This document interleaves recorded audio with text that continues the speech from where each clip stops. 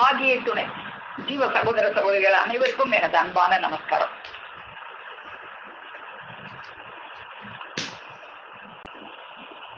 ஆதி திருக்குல தேவபிரான் நமது குல தெய்வம் பிரம்ம பிரகாச வெளிச்சாலை ஆண்டவர்களுக்கு பொற்பாதம் போற்றி பணிந்து நமஸ்கரித்து பிரானவர்கள் நமக்கு அருளி தந்துள்ள தேவ திருவசனங்களை எல்லாம் நாம் பகிர்ந்து வந்து கொண்டிருப்பதில் இன்று நாம் பகிர்ந்து கொள்வதற்காக எடுத்துக்கொண்ட அந்த தெய்வ திருவசனம் எமபடர் அடிபடு கோடாய்ந்த கூர் திருவாக்கியம் எண் 264, பக்கம் 219. ஆண்டவர்கள் வாக்கியம். ஜாதிகளின் கர்த்தாவே. ஒரு எழில் ஆசிரியர், ஒரு ஞான ஆசிரியர் தன் அங்கத்தினன் என்று உன்னை ஏற்றுக்கொள்வதாக இருந்தால் நீ எப்படி நடந்து கொள்ள வேண்டும்? நீ என்னவாக ஆகுவதற்காக நாம் உன்னை ஏற்றுக்கொண்டுள்ளோம் என்பதை நினைத்து இதை உன் நெஞ்சில் அழுத்தமாக வைத்துக்கொள். எவ்வளவு நிதியம், செல்வம், ஆர்வம், இளமையான வனப்பு இருக்கட்டும், மனம் எவ்வனம் இல்லாவிட்டால் வயது, ஆயுள், ஆலோசனை எல்லாவற்றையும் அந்த மனம் விழுங்கி தன்மயமாக ஆக்கிவிடும். வயதை போக்குவது உன் மனம், அதை ராஜா என்கிறோம். போகாது தடுப்பது அறிவு, அது ரூபகமாக முன்போல் வந்திருக்கிறது. அதை மகா புத்திசாலியான மந்திரி என்கிறோம். மந்திரியின் துணை இல்லாமல் ராஜா போகிறான், அதனால் என்ன வரும்? ஆபத்து தான் வரும். அதுபோல அறிவை துணை கொண்டு நடந்தால் உன் மனத்திற்கு வல்லமை வரும். ஐம்புலனும் உன் மனத்திற்குள் ஒடுங்கி அறிவை ஆகாரமாக கொள்ளுதலையே அறிவதனை கொண்டு அறிவதனை காண வேண்டும் என்றது. ஆனால் அதை விட்டு உன் மனம்தான் அங்கும் இங்கும் அலைகிறதே. இங்குலாவு உண்மையை உண்மை என்று உன் மனம் வஞ்சகமின்றி கொள்ளும் போது செவிக்கு உணவு ஏறுகிறது. அது உன் அறிவையும் மனத்தையும் செம்மைப்படுத்துகிறது. உறக்கம் என்னும் இடியை உன் ஜீவன் தலையில் விழாதபடி தன்னம் சன்னமாக தடுக்கிறது. நாம் தான் அதில் போய் கூடிக்கொள்ள வேண்டும். அப்போதுதான் அறிவு அந்த உறக்கம் என்ற இடியை தடுக்கிறது. தன் எண்ணம் எதிலே ஓடிக்கொண்டிருக்கிறதோ அதிலேதான் நாதமும் ஓடிக்கொண்டிருக்கும் என்று நமது தேவகோமான் அவர்கள் திருவாய் மலர்ந்தள்ளியிருக்கிறார்கள். இப்போ இந்த திருவாக்கியத்துல நம்முடைய பெருமானவர்கள் நமக்கு என்ன அருளி செய்யறாங்க அப்படின்னு நம்ம பார்க்கும்போது, நம்முடைய மனமானது இந்த அறிவினுடைய துணையை பெறாமல் அது எங்கும் அங்கும் அலைந்து கொண்டிருக்கிறது. அப்படி அலைகிறதுனால நம்முடைய வயது, ஆலோசனை எல்லாத்தையும் அது விழுங்கி விடுகிறது. இன்னும் உறக்கம் என்கின்ற இடியை இந்த ஜீவன் தலையில் அது விழச் செய்கிறது. அப்போ இதெல்லாம் மாற்றுவதற்காகத்தான் ஒரு எழில் ஆசிரியர், அது கூட பெருமான் அவங்க எங்கேயுமே ஆசிரியர்னு கொடுக்க மாட்டாங்க, ஆசிரியர், ஒரு எழில் ஆசிரியர், ஒரு ஞான ஆசிரியர் இதெல்லாம் மாற்றுவதற்காகத்தான் நம்மை அங்கத்தினனாக ஏற்றுக்கொண்டிருக்கிறார்கள். அவர்கள்தான் அறிவு ரூபம், அறிவினுடைய ஒரு ரூபமாக, அறிவு முன்போல் ரூபம் எடுத்து வந்துள்ளது. இன்னைக்கு ஒளிநாடாவிலையும் பெருமானவங்க அந்த அறிவு ரூபமாக வந்திருக்கிறதுனால அவங்களையும் உன்னை போல மனுஷன் நினைச்சுக்கிறாத, அந்த பஞ்சாட்சரம் ரூபியாக பிறக்க வேண்டும், அது உனக்குள்ளாக வந்து பிரகாசிக்க வேண்டும். அப்போ அந்த பஞ்சாட்சரம் ரூபியாக வந்து பிறக்கும் போது அது உன்போல் தேகம் எடுத்து உன் முன்னால வந்து உட்கார்ந்து இருக்கும் போது நீ அந்த உன்னை போல மனுஷன் நினைச்சுக்கிறாத. அது வந்து உனக்குள்ளாக ஒரு பஞ்சாட்சரம் இருக்கே, அதுவேதான் தூளம் எடுத்து வெளியே வந்து உட்கார்ந்து இருக்கு. உன் உடம்புக்குள்ள ஒரு சூக்கும உடம்பு இருக்கு, அந்த சூக்கும உடம்புல பிறக்கணும் போய் நீ. அது எப்படி பிறக்கிறது?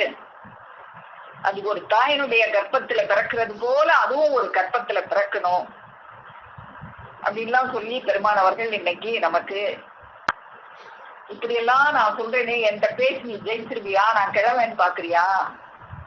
அதெல்லாம் முடியாது தம்பி, முடியாது, என்கிட்ட பேசி நீ ஜெயிக்க முடியாது அப்படிலாம் இன்னைக்கு நமக்கு சொல்லி பெருமானவங்க நம்ம இந்த சபை தொடங்கும் போதே அவங்க திருவாய்மொழியை நம்ம கேட்டோம். அப்போ அந்த அறிவே ரூபம் எடுத்து நம்ம முன்னால உட்கார்ந்து தன்னுடைய அந்தத்தில் ஒருவராக நம்ம எல்லாம் ஏற்றுக்கொண்டு இந்த மனத்தை செம்மைப்படுத்துவதற்காக, இந்த மனம் அது தான் இஷ்டத்துக்கு போகும்போதுதான் நம்முடைய இந்த வயது ஆலோசனை எல்லாத்தையும் அது குறைத்து விடுகிறது, விழுங்கி தன்மயமாக்கி விடுகிறது. அப்போ அதை மாற்றணும் அப்படின்னா ஒரு ராஜாவாகவே இருந்தாலும் நல்ல ஆலோசனை சொல்ற ஒரு மந்திரி பக்கத்துல இருந்தா தான் நல்வழியில செல்ல முடியும். தன் இஷ்டத்துக்கு போனா அது சரியா இருக்காது. அப்படியே ஆலோசனை சொல்கிற ஒரு மந்திரியாக அறிவே ரூபம் எடுத்து வருகிறது. அப்போ அவர்கள் துணையால் தான் இந்த மனமானது ஒடுங்கும், இல்லைன்னா அது தன் இஷ்டத்துக்கு தெரியும். அப்படி ஒடுங்கும் போதுதான் அந்த செவிக்கு உணவு ஏறும். அப்படி செவிக்கு உணவு ஏற ஏற செவிக்கு உணவு என்னவாக ஏறும்? நாதமாக ஏறும், அவர்களுடைய நாதமாக ஏறும். அந்த நாதம் தான் உன் தலையில இடி விழாம காப்பாற்றும் அப்படின்றலாம் பெருமானவர்கள் இந்த திருவாக்கியத்துல நமக்கு அருளி செஞ்சிருக்காங்க. அதை பத்தி இன்னும் கொஞ்சம் நம்ம விரிவா பார்ப்போம். அப்போ இந்த மனம், அறிவு, இந்த நம்மளுடைய வயது, ஆலோசனை இதெல்லாம் குறைக்குது அப்படின்னு பெருமானவங்க அருளி செய்யறாங்க. இந்த மனம் என்ன செய்து, இந்த கருவி குலங்கள் வாயிலாக இறைவன் நமக்கு கருவி கரணங்கள் எல்லாம் படைச்சுதான் இந்த ஜீவன் இறைவன்கிட்ட இருந்து பிரிஞ்சு கிடக்குது. அப்படி கிடக்குற அந்த ஜீவன் திரும்ப தன்னிடம் வரணும்னா அது அறிவின் மூலமாகத்தான் வர முடியும். அப்போ அந்த அறிவை பெறுவதற்கு அந்த ஜீவனுக்கு ஒரு கருவி கரணங்கள் எல்லாம் நிறைந்த ஒரு தேகம் தேவைப்படுகிறது.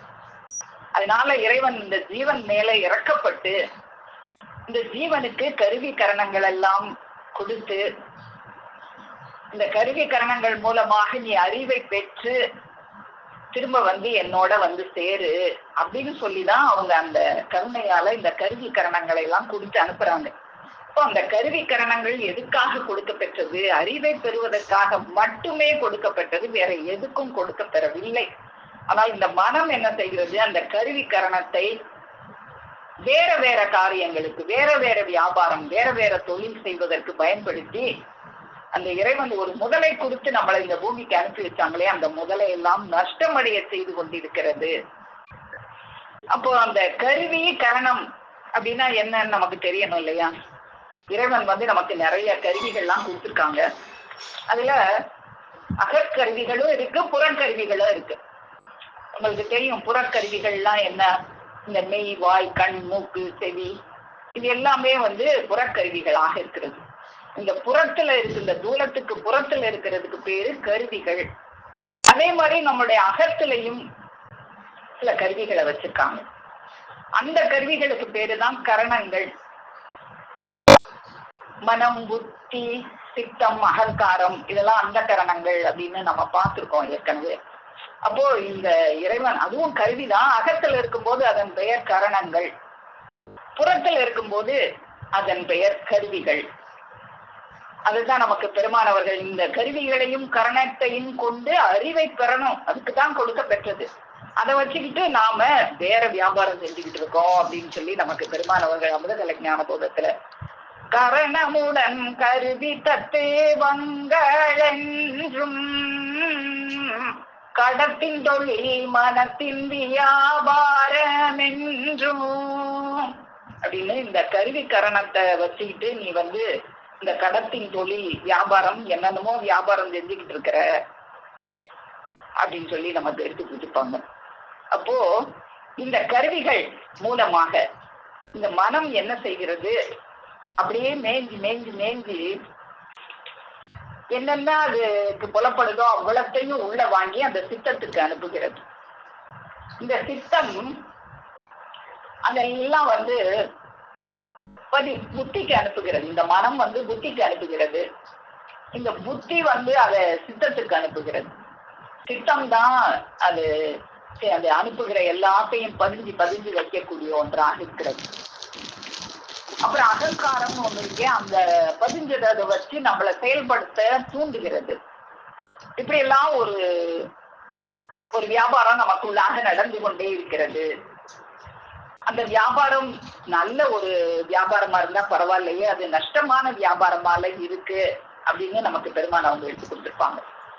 ஒவ்வொரு புலன்கள் வழியாகவும் இந்த மனமானது என்னென்னத்தையோ வாங்கி சேமிச்சு சேமிச்சு உள்ள கொண்டு போய் புத்திட்ட கொடுத்து, புத்தி திட்டத்திட்ட கொடுத்து பதிஞ்சு பதிஞ்சு வைக்கவே நமக்குள்ள.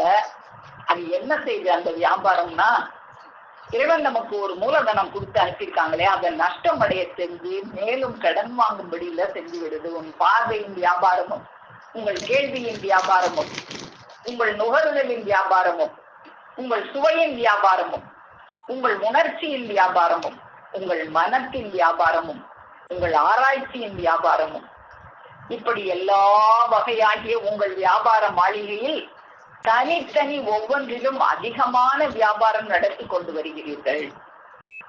எதுக்கு என்ன வியாபாரம் செய்ய சொன்னாங்க? இவன் வேற என்னென்னமோ ஒரு வியாபாரம் செஞ்சிருக்கின்றான். சரி, செஞ்சாலும் அதுல லாபம் கிடைச்சாலும் பரவாயில்ல. ஆனால் உங்கள் வியாபார மாளிகை ஒன்றிலேனும் லாபம் கிடையாது. லாபம் கிடைக்காவிட்டாலும் போகுது, முதலாவது தேரும் என்றாலும் தைரியமாக இருக்கலாம். அப்படி இல்லாமல் முதலும் அடியோடே போய் மேலே கடன் தலை கொள்ளாமல் ஏறி பெரும் கவலைக்கிடமான நஷ்டம் கட்டி ஏறிக்கொண்டே வருகிறது. அப்போ நஷ்டத்துக்காகவா ஒரு வியாபாரம் செய்வாங்க? இறைவன் கொடுத்து வச்சிருக்காங்களே அந்த முதல்ல ஒவ்வொரு மூச்சுக்கும் 4 அங்குலம் துண்டாடி, சாதாரணமா இயல்பா இருக்கும் போதே துண்டாடிக்கிட்டே போகுது. இன்னும் உன்னோட ஒவ்வொரு வெறி செயல்கள்லையும் எவ்வளவெல்லாம் துண்டாடி அதை நம்ம நஷ்டப்படுத்துறோம் அப்படிலாம் நமக்கு பெருமான் அவங்க எடுத்து கொடுத்ததெல்லாம் நம்ம பார்த்துருக்கோம். அப்படி இந்த கருவி கரணங்கள் வழியாக நம்ம செய்யற வியாபாரம் எல்லாம் நஷ்டமாக இருக்கிறது. அப்போ இந்த நஷ்டம் லாபமாக அல்லவா மாறணும். இப்போ லாபமாக மாறுறதுக்கு நாம என்ன செய்யணும்? ஒரு எழில் ஆசிரியர், ஒரு ஞான ஆசிரியர் அவர்களுடைய துணை கொண்டு இருக்கும்போதுதான் அந்த வியாபாரத்துல நாம நஷ்டம் இல்லாமல் லாபம் பெற முடியும்.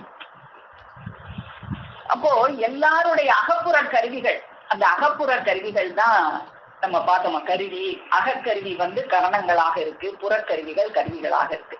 அதைத்தான் பெருமானவங்க கருவி கரணம் அப்படின்னு கொடுப்பாங்க, அகப்புற கருவிகள்னு கொடுப்பாங்க. எல்லாருடைய அகப்புற கருவிகளும் ஒன்று போல இருக்கின்றன. அவற்றை நாம் எதில் பழக்குகிறோமோ அதிலேயே அவை பழகி கொள்கின்றன. அந்த அகப்புற கருவிகள்லாம் நமக்கு உதவி செய்யறதுக்கு தான் படைச்சிருக்காங்க இறைவன், நமக்கு விரோதி இல்லை. அதெல்லாம் நாம தான் அதெல்லாம் தேவையில்லாத வியாபாரத்தை செஞ்சு அதை விரோதியாக மாத்திக்கிறோம். ஆமா, அதுல சரியான விதத்துல பழகுனா அது பழகி கொள்ளும். நாம் எதில் பழக்குகிறோமோ அதிலேயே அவை பழகி கொள்கின்றன. பிரம்ம வித்தையை பழக தந்த அவை, அதை எதுக்காக தந்தது? இந்த ஜீவனுக்கு, இந்த ஜீவன் இறைவனை சென்று அடைவதற்கு உதவியாகத்தான் இருக்கட்டும்னு இந்த கருவி கரணங்கள்லாம் கொடுத்தாங்க. பிரம்ம வித்தையை பழகி கொள்வதற்காக கொடுத்தாங்க. அப்படி பிரம்ம வித்தையை பழக தந்த அவை எதைத்தான் பழகி கொள்ளாது? பழகிக்கொள்ளும். பிரம்ம வித்தையவே சொன்னா பழகிக்கிறது, எல்லாத்தையும் பழகிக்கொள்ளும். அந்தரத்தில் சாவி வைத்து அந்த எந்திர வீட்டின் பூட்டினை உடைத்து மந்திர ரூபியை வெளியாக்குகிற ஒருவர் உன்னை போல் தூலத்தில் வர வேண்டும். அப்போ அது பிரம்ம வித்தையில பழக்க வைக்கணும்னா உன்னால முடியாது தம்பி, முடியாது. இன்னைக்கு பெருமான் அவங்க சொன்னாங்க, நீ என்னை ஜெயிக்கணும்னு நினைச்சா கிளவேன்னு நினைச்சியா? முடியாது தம்பி, முடியாது. அது அறிவே ரூபம் எடுத்து வந்திருக்கு. உனக்குள்ளாக அறிவு ரூபகமாக ஒரு இறைவன் உனக்குள்ளாக உன்னதமான இடத்தில் ஈசனாம் இருப்பு இமயமேருவிலேன்னு அப்படி ஒரு இமயமேருவில உனக்குள்ள உட்கார்ந்து இருக்கிற அந்த ஈசன் ரூபம் எடுத்து வந்திருக்காங்களே, அவங்கள ஜெயிக்க முடியுமா? அவங்க வேணும். அந்த மந்திர ரூபியை வெளியாக்குகிற ஒருவர் உன்னை போல் தூலத்தில் வர வேண்டும். நம்மளை போல தூலத்துல வந்ததுனால உன்னை போல மனுஷன் நினைச்சுக்கிறாங்க தம்பி அவங்கள அப்படிங்கறதெல்லாம் இன்னைக்கு பெருமானவங்க எடுத்து நமக்கு அருள்னாங்க. அப்போ அந்த அறிவானது ரூபம் எடுத்து அரூபமாக இருந்த அது சொரூபமாக நம் முன்னால் வந்து இந்த மனிதனுடைய வியாபாரத்தை, இந்த நஷ்ட வியாபாரமே பண்ணிக்கிட்டு இருக்கானே, மனத்தின் வியாபாரமாக, கடத்தின் தொழில் மனத்தின் வியாபாரமாக பண்ணிக்கிட்டு இருக்கானே, இது அறிவின் வியாபாரமாக அல்லவா பண்ண வேண்டும் அப்படின்னு சொல்லி அது அறிவின் வியாபாரமாக, அது பிரம்ம வித்தையில் பழக்குகிறாங்க. அப்போ இந்த உயிரானது அறிவை பெறுவதற்குத்தான், பெற்று இறைவனை அடைய உதவுவதற்காகத்தான் இந்த கருவி கரணங்கள் எல்லாம் இறைவனால் நமக்கு கொடுக்க பெற்றிருக்கிறது. இப்போ இந்த கருவி கரணங்களை நாம வந்து அந்த பிரம்ம வித்தையில் பழக்கணும். அப்படி பழக்குவதற்கு அந்த அறிவே ரூபம் எடுத்து நம்போல் தூளம் எடுத்து நம் முன்னால வர வேணும். இந்த பொறிகள் எல்லாம் அந்த மெய்யான வழியில செல்லணும். ஐம்பொறிகள் அதுக்குத்தான் கொடுக்க பெற்றிருக்கு. ஐம்பொறிகள் என்னன்னு நமக்கு தெரியும். மெய், வாய், கண், மூக்கு, செவி, இவைதான் ஐம்பொறிகளாக நமக்குள்ள இருக்கு. இந்த ஐம்பொறிகள் வழியாக நாம உணர்கின்ற அந்த உணர்வுகளை புலன்கள் அப்படின்னு சொல்லுவோம். அது என்ன உணர்றோம்? ஒவ்வொரு பொறிகள் வாயிலாகவும் சுவை, ஒளி, ஊறு, ஓசை, நாற்றம் என்ற இந்த 5 புலன்களை நாம உணர்கிறோம். இப்ப இந்த ஐம்பொறிகள் கருவிகள், இதெல்லாம் தான் கருவிகளாக இருக்கு. இது வந்து புலன் வழி பற்றி ஓடும் போது அது யமன் கைவசப்பட்டு விடும். அதனால அதை வந்து அறிவின் வழியாக செலுத்த வேண்டும். அதுதான் வள்ளுவர் பெருமானவங்க கூட சொல்லுவாங்க, பொறிவாயில் ஐந்தளித்தான் பொய்வீர் ஒழுக்க நெறி நின்றார் நீண்டு வாழ்வார். அது நம்ம பெருமானவர்கள் கூட அருளமுதத்துல அதை பத்தின ஒரு வாக்கியம் நமக்கு கொடுத்திருக்காங்க. அருளமுதம் திருவாக்கியம் எண் 318. பொறிவாயில் ஐந்தளித்தான் பொய்வீர் ஒழுக்க நெறி நின்றார் நீடு வாழ்வார். புலன்கள் பொறியை விட சக்தி வாய்ந்தவை. அந்த வஞ்ச புலன்கள் சதி செய்து இவனுடைய பொறியை வீணாக்கி யமன் கையில் ஒப்படைத்து விடுகின்றன. அப்ப இந்த மனத்தின் வியாபாரமே செஞ்சுக்கிட்டு இருந்தா என்ன ஆகும்? யமன் கையில கொண்டு போய் கடைசி ஒப்படைச்சிடும். இப்படி வல்லமையுள்ள புலன்கள் 5ஐயும் அழித்து, அதனால இந்த புலன்கள் வழி செல்ல விடாம அதை அழித்து அவைகளின் சத்தை ஒன்று சேர்த்து, அந்த கல்வியெல்லாம் எதுக்காக கொடுக்கப்பட்டது? அந்த சத்தையெல்லாம் ஒன்று சேர்த்து பொறியின் பக்கம் சாய்த்து உயர்வென்னும் சமதளத்திற்கு கொண்டு வந்து முனை கூர்மை ஓர்மை வலுவேற்றத்தால் வாய்ச்சினால் தான் தவத்தில் ஏற முடியும். அது அப்ப முனை கூர்மை ஓர்மை வலுவேற்றத்தோட இதெல்லாம் இந்த புலன்களோட சத்தெல்லாம் திரட்டி பொறியின் வழியாக செலுத்தும் போது எது ஓர்மையாகும்? காது கூர்மையாகும். காது அப்பத்தான் செவி வழியாக ஏறும், இல்லைன்னா செவி வழியாக ஏறாது. அப்படி ஏறி செவி வழியாக பாய்ச்சுறது தான் தவம். தவம்னா என்னமோ இல்லை நமக்கு பெருமானவங்க, நீ தவம்னா என்ன? என்னை வந்து மெய்க்கு எட்டுகிற அந்த வார்த்தைகள் எங்கெல்லாம் வெளியாக்குகின்றனவோ அங்க போய் கேட்பதும் அதை பத்தி பேசுவதுமே தவம். அப்போ இந்த புலன் வழி போகாம இந்த பொறிகளை எல்லாம் அறிவின் வழி செலுத்தும் போதுதான் இந்த மனசுல ஒரு ஓர்மை உண்டாகி இந்த செவி கதவானது திறக்கும். அப்புறம்தான் அது உள்ள ஏறும். இதெல்லாம் ஒரு ரகசியம். இந்த ரகசியத்தை நாம தெரிந்து கொள்ள முடியவே முடியாது. ஊசியின் கூர் ஒன்றாக இருந்தால்தான் சடார் என்று பாயும். 2 கூர் 3 கூர் என்று பிளவுபட்டிருந்தால் ஒரு வேலைக்கும் ஆகாது.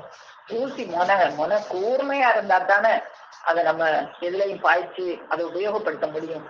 அந்த கூர்மை 2ஆ 3ஆ பிளவுபட்டிருந்தா அது பயன்படாது. அது போல அந்த கூர்மை ஓர்மையாக இருக்க வேண்டும். பல நிலையும் மனத்தை செலுத்தக்கூடாது. ஒரே ஓர்மையாக பெருமானவர்களுடைய அந்த திருவாக்கியத்தை நம்ம செவி கொடுத்து கேட்கணும். அது போல எப்படி இந்த ஊசி பிளவுபட்டிருந்தா ஒன்னத்துக்கும் ஆகாதோ, அது போல கண், மூக்கு, காது, வாய் இவைகளின் சத்தை மெய்ப்பொறியின்பால் பாய்ச்சி அவற்றை மேலும் கூர்படுத்த வேண்டும்.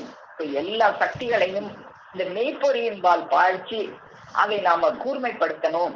அப்படி கூர்மைப்படுத்தும் போதுதான் இந்த பொறிகள் எல்லாம் வலுப்பெறுகின்றன அப்படின்னு நமக்கு இந்த திருவாக்கியத்துல பெருமானவங்க எடுத்து கொடுக்குறாங்க.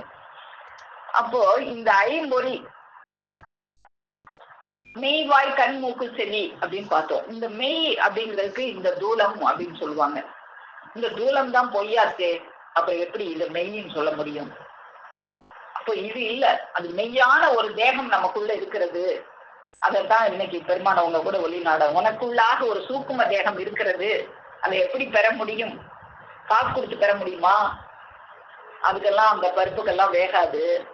அன்புங்கிற ஒரு காசு இருக்கு, அதை கொடுத்து வாங்கணும், பிறக்கணும். இந்த தூலத்துல எப்படி பிறந்தியோ அது போல அந்த தூலத்திலையும் பிறக்கணும். அதுதான் மெய். இந்த தேகம் மெய் இல்லை. இந்த தேகத்தை தான், ஆனா அந்த ஐம்பொறியில மெய்னா இந்த தேகத்தை தான் சொல்லுவாங்க உலகத்தில். அந்த பெருமான் அவங்க நமக்கு ஆனந்த கழிப்புல எடுத்து கொடுப்பாங்க. ஐம்பொறி என சொல்வார் வாயில் அத்தை அறியார்கள் மெய்ப்பொறியான சஞ்சீவி, பொய்யான உடலை மெய் என்னும் வேஷ புலையர்கள் அறியாத பூத சஞ்சீவி. இந்த பொய்யான உடலைத்தான் மெய்ன்னு நினைச்சிட்டு இருக்காங்க இந்த உலக மக்கள். அதுதான் ஐம்பொறியில மெய் அப்படின்னு சொல்றாங்க. அது இல்ல, ஒரு மெய்ப்பொறி ஒண்ணு இருக்கு. அந்த பொறியை எப்படி பெறுகிறது?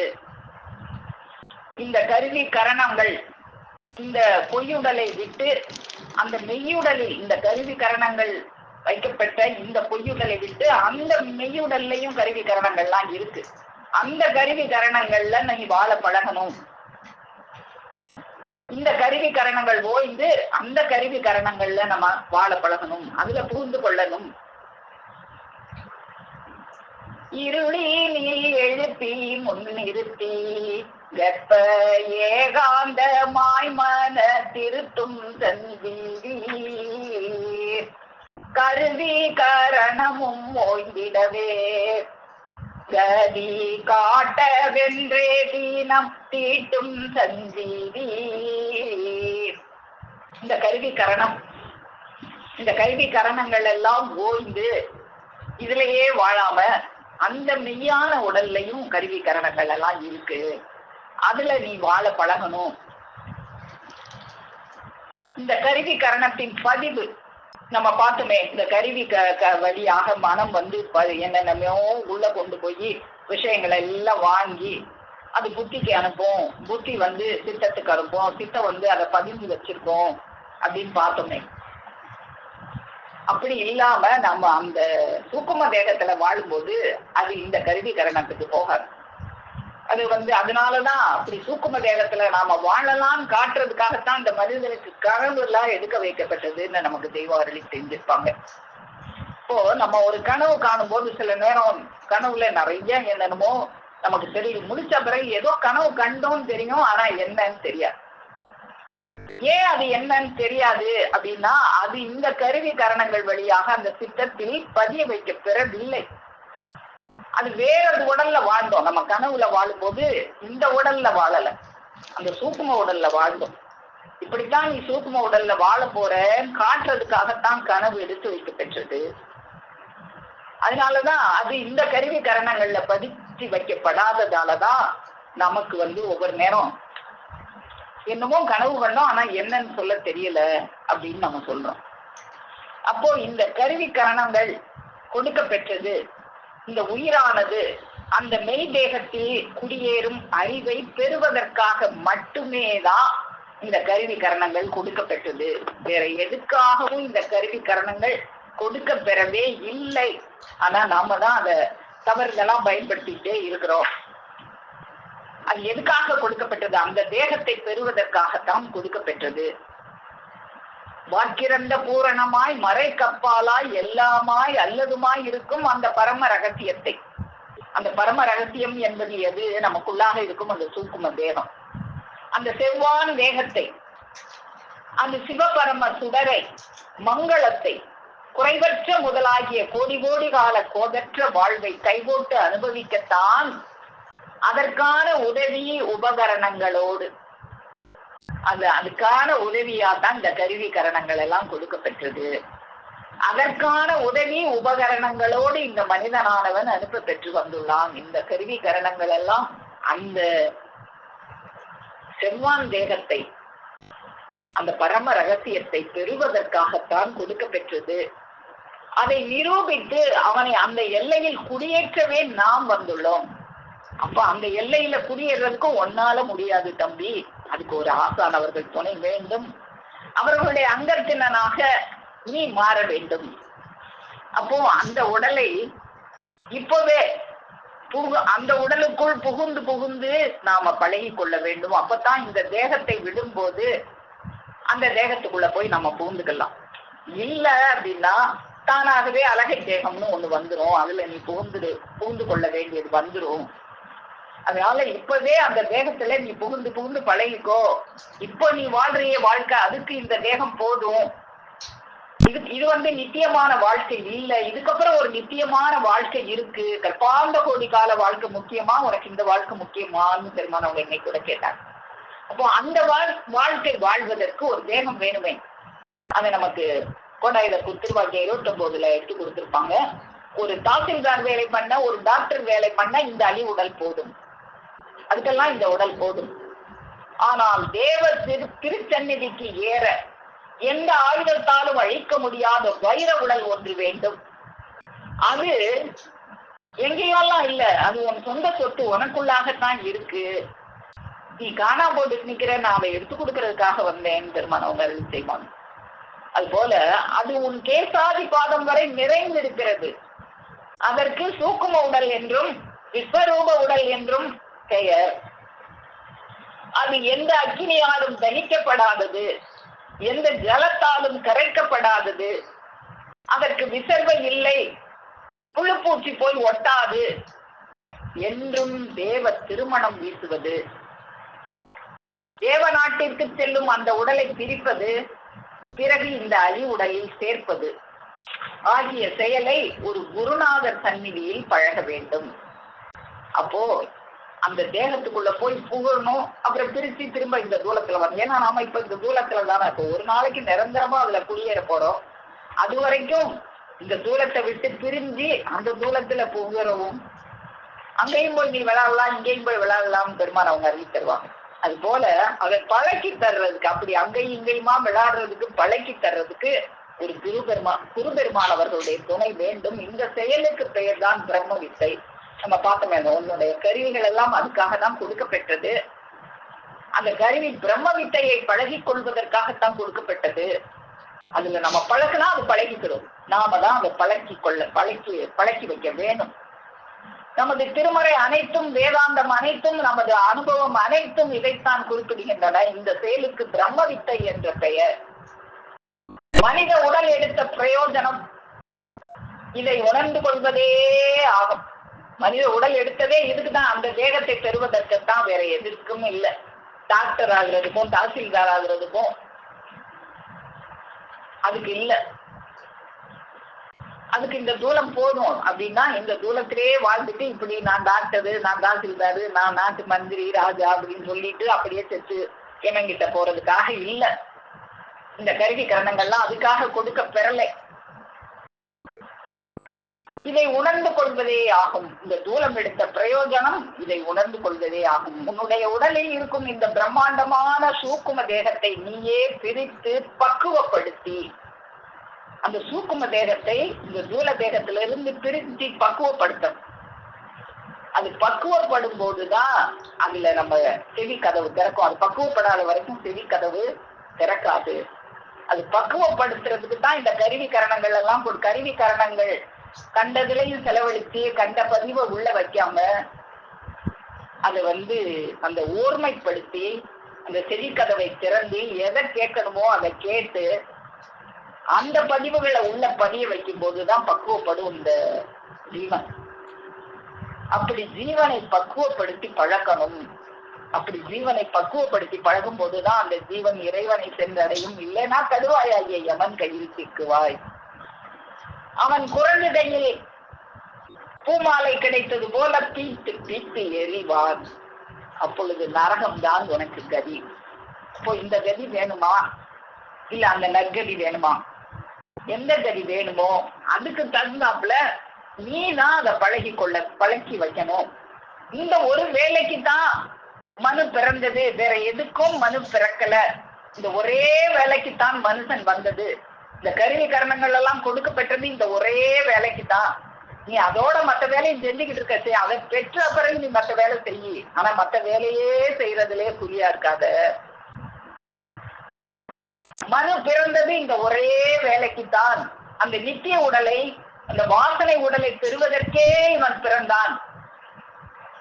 பெருமானவங்க அதுக்கே அப்படின்னா அந்த ஏகாரம் போட்டு நமக்கு கொடுப்பாங்க. மனிதன் பிறந்தது இந்த ஒரே வேலைக்குத்தான். அந்த நித்திய வாசனை உடலை பெறுவதற்கே இவன் பிறந்தான். இதற்காகவே இறைவன் இத்தனையும் இவனுக்கு படைத்து தந்தான். எல்லாமே ஏகாரம் போட்டு போட்டு போட்டு நம்ம அறிவுல படட்டுங்கிறதுக்காக. அப்போ அந்த ஒரு வேலையோடு மற்ற சிறு வேலைகளும் செய்வதாலே தோஷம் இல்லை. அவனுடைய குறி, இறைவனுடைய குறி என்ன? நீ அவஸ்தையில் போய் மாட்டாமல் கர்ப்பகோடி காலம் வாழ்வதே இறைவனுடைய குறி.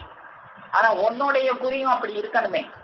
இறைவன் குறியும் உன்னுடைய குறியும் இணங்கி வந்தா தானே நடக்கும். கையை பிடிச்சு இறைவன் நீட்டினா நீ பிடிச்சுக்கோன்னு கையை நீட்டினா பிடிக்கணுமே. பிடிக்க மாட்டேன் உதறி தள்ளிட்டு போனா என்ன செய்ய முடியும்?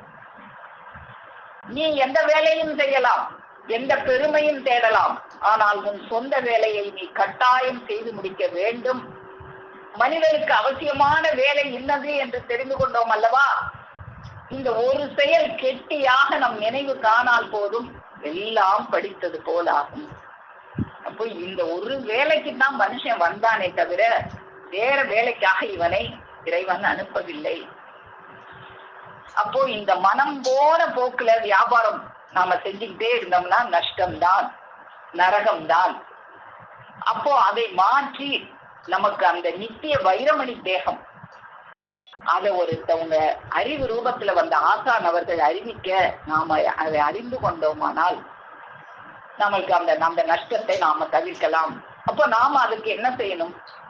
இந்த மனத்தின் வியாபாரம், கருவி கரணங்களை எல்லாம் வச்சு ஒரு வியாபாரம் செஞ்சுக்கிட்டு இருக்கோமே, அந்த வியாபாரத்தை இந்த மனத்தின் வியாபாரமாக இல்லாமல் அதை அறிவின் வியாபாரமாக மாற்ற வேண்டும். ஆசான் வழி செல்ல வேண்டும். அப்போதான் அந்த அறிவு பிரகாசிக்கும். அப்படி போகும்போதுதான் இந்த செவி கதவு திறக்கும். அதான் பெருமாள் அவங்க அப்படி ஓர்மையா நீ வைக்கும் போதுதான் அந்த மனத்தை நீ பக்குவப்படுத்தும் போது இந்த செவிக்கு உணவு ஏறுகிறது. அது வரைக்கும் செவிக்கு உணவு ஏறாது, யாரு என்ன சொன்னாலும் காதுல ஏறாது. அப்போ அப்படி செவிக்கு உணவு ஏறும் போதுதான் உறக்கம் என்னும் இடியும் உன் ஜீவன் உன் ஜீவனுடைய தலையில் விழாம காப்பாத்துது. ஏன் எப்படி ஜீவனுடைய தலையில் அந்த உறங்கும் போது ஏன் ஜீவன் தலையில இடி விழுது அப்படின்னா, உறங்கும் போது எல்லா கருவிகளும், எத்தனை கருவிகள்லாம் ஆஃப் செய்யப்படுது, சுவிட்ச் ஆஃப் பண்ணப்படுதுன்னு நம்ம பார்த்தோம். நம்மளுடைய விழிச்சுக்கிட்டு இருக்கும் போது நம்மளுடைய எல்லா கருவிகளும் விழிப்பாக இருக்கும். இந்த உறக்கத்திலே நிறைய உறக்கம் இருக்குதுன்னு நம்ம எல்லாம் பார்த்துருக்கோம். அது கனவு நிலை, நனவு நிலை, சுளுத்தி, ஆழ்நிலை தூக்கம், இப்படி நிறைய வகை இருக்கு. ஒவ்வொரு நிலையிலையும் எத்தனை கருவிகள்லாம் ஆஃப் செய்யப்படுது, சுவிட்ச் ஆஃப் செய்யப்படுது. அப்படி இந்த கருவிகளை எல்லாம் சுவிட்ச் ஆஃப் பண்றதுக்கா இறைவன் கொடுத்த கருவியை விழிப்போட வச்சிருந்து செவி கதவை திறந்து வச்சு கேட்கறதுக்கு கொடுத்தாங்களா, இல்ல அந்த சுவிட்ச் எல்லாம் ஆஃப் பண்ணிட்டு தூங்கிட்டே இருக்க கொடுத்தாங்களா? அதுதான் உறங்கும் போது இந்த கருவிகளை எல்லாம் நாம இறைவன் விழிப்போட இருக்க கொடுத்த கருவிகளை எல்லாம் சுவிட்ச் ஆஃப் பண்ணிட்டு நீ வாட்டுக்கு தூக்கிக்கிட்டே அப்படின்னா செவிக்கு எப்படி உணவு ஏறும்? அப்போ உன் ஜீவன் தலையில இடிதான் விழும். அதனால இந்த கருவிகள், உன்னுடைய எண்ணம் எங்க ஓடுதோ, எண்ணம் எதிலே ஓடிக்கொண்டிருக்கிறதோ அதிலேதான் நாகமும் ஓடிக்கொண்டிருக்கும். அப்போ அந்த நாகம்தான் நமக்கு அந்த நித்திய வாழ்வளிக்கக்கூடியதாக இருக்கிறது. அதைத்தான் பெருமான் அவர்கள் அந்த அறிவு ரூபமாக சந்த பிரசாதமாக, சந்த பிரசாதம் அருந்த கொடுத்து கொண்டே இருப்பார்கள். அதை ஆர்வமுடன் உண்ணாது விட்டால் உன் ஜீவனோட தலையில இடிதான் விழும். அப்ப அந்த சப்தமாகிய உயிரை அப்படின்னு நமக்கு பெருமான் அவங்க எடுத்து கொடுப்பாங்க. அவங்க அந்த சப்தமாகிய உயிரை நமது உயிரோட தலையில இடி விழுந்துட கூடாதுன்னு அவங்களுடைய சப்தமாகிய உயிரை நமக்கு எடுத்து வழங்கிக்கிட்டே இருக்கிறாங்க. அப்படி வழங்கும் போது நீ அதை ஆர்வத்துடன் உண்ணாது விட்டால் அப்போ அது உனக்கு பாவமாகத்தான் வந்து விடியும். அப்போ இந்த ஜீவனை எப்படி வளர்க்கறது? இந்த ஜீவன் தலையில இடி விழாம அதை எப்படி காப்பாத்துறது? இந்த ஜீவன், இந்த மனுஷ தேகம் எடுத்து வந்தது எதுக்கு? இறைவன்கிட்ட போய் சேர்றதுக்கே, அது ஒண்ணுக்கேதான், வேற எதுக்குமே இல்லைன்னு எத்தனை இடத்துல ஏகாரம் போட்டு தெய்வம் சொல்லுவாங்க. ஈசன் உன்னோடு பரிசுத்தமான மாசு மருவு இல்லாத இடத்தில் குடிகொண்டிருக்கிறான் அல்லவா? நமக்குள்ள ஒரு மாசு மருவு இல்லாத இடம் இருக்கு, அதுக்குள்ளதான் இறைவன் குடிகொண்டிருக்கிறான். அது எத்தனை இடத்துல பெருமானவங்க உனக்குள்ளதான் குடிகொண்டிருக்கா. ஒரு தலைமுறை காலம் மட்டும் குடியேறியிருக்கிறான். ஈசனாம் இருப்பு இமயமேருவிலே உனக்குள்ளதான் இருக்காங்க. அந்த ஈசனை பத்தியே நீ, நமக்குள்ள ஈசன் இருக்கும்போது அந்த ஈசனை தவிர வேற என்ன பேச்சு வேணும் நமக்கு? ஆகையால் அவனை, அந்த ஈசனை பற்றியே உன் செவிகள் சுவைத்து கழிக்க வேண்டும். நான் படிக்கிற இந்த திருவாக்கியம் அருள் அமுதம் திருவாக்கியம் எண் 399. ஈசன் உன்னுள் பரிசுத்தமான மாசு மருவி இல்லாத இடத்தில் குடிகொண்டிருக்கிறான் அல்லவா? இதை எத்தனை தடவை சொல்லியாச்சு அல்லவா? உன் மண்டையில ஏறியாச்சா இல்லையா அப்படின்னு கேட்கிறாங்க. ஆகையால் அவனை, அந்த ஈசனை பற்றியே உன் செவிகள் சுவைத்து கழிக்க வேண்டும். அப்பொழுதுதான் அந்த ஈசன் சக்தி உன் ஜீவனில் வளர்ச்சி அடைந்து பிரகாசிக்கும். அந்த ஜீவனை பத்தியே பேசி, அந்த ஜீவனை பத்தி யார் பேசுறாங்களோ அதுக்கே செவி கொடுத்து, உன் நாக்கையும் ஒரு செவியையும் உனக்கு கொடுத்துருக்காங்க கருவி கரணத்தை, வேற எதுக்கு செலவழிக்காம அதுக்கே செலவழிச்சினா அந்த ஜீவனுடைய வளர்ச்சி அடையும். அந்த ஜீவன் வளர்ச்சி அடையும். அந்த ஜீவ குழந்தை வனப்புறும். நீயும் ஈசனை அடைவாய். நீயும் ஈசன் இருந்து பிரிஞ்சு வந்து எங்கடா போகன்னு தெரியாம அலமோதிக்கிட்டு திரிஞ்சியே இந்த அண்டவெளியில உனக்கு ஒரு தேகத்தை கொடுத்து, கருவி கரணத்தை கொடுத்து, ஒரு தாயின் கருவறைக்குள்ள போகக்கூடிய ஒரு சான்ஸை கொடுத்து, அதுல இருந்து வந்து உனக்கு மற்ற மிருகங்களுக்கெல்லாம் கொடுக்காத ஒரு 6வது அறிவுன்னு உன்னையும் கொடுத்து, அந்த 6வது அறிவு என்னன்னு தெரியாம நீ 5 அறிவிலேயே கடந்து தெரியும் போது அந்த 6வது அறிவே ரூபம் எடுத்து வந்து இதுதான்ப்பா 6வது அறிவுன்னு எடுத்து கொடுத்து அந்த அறிவை பிரகாசிக்க செஞ்சு இவ்வளவும் செய்யறாங்களே எதுக்காக? உன் ஜீவன் இப்படி அலமோதிக்கிட்டு கிடக்காம திரும்பவும் இறைவனை சென்று அடைவதற்காக. அந்த ஜீவனை நஷ்டம் அடைய செஞ்சு திரும்ப யமன் கையில ஒப்படைச்சிடாத.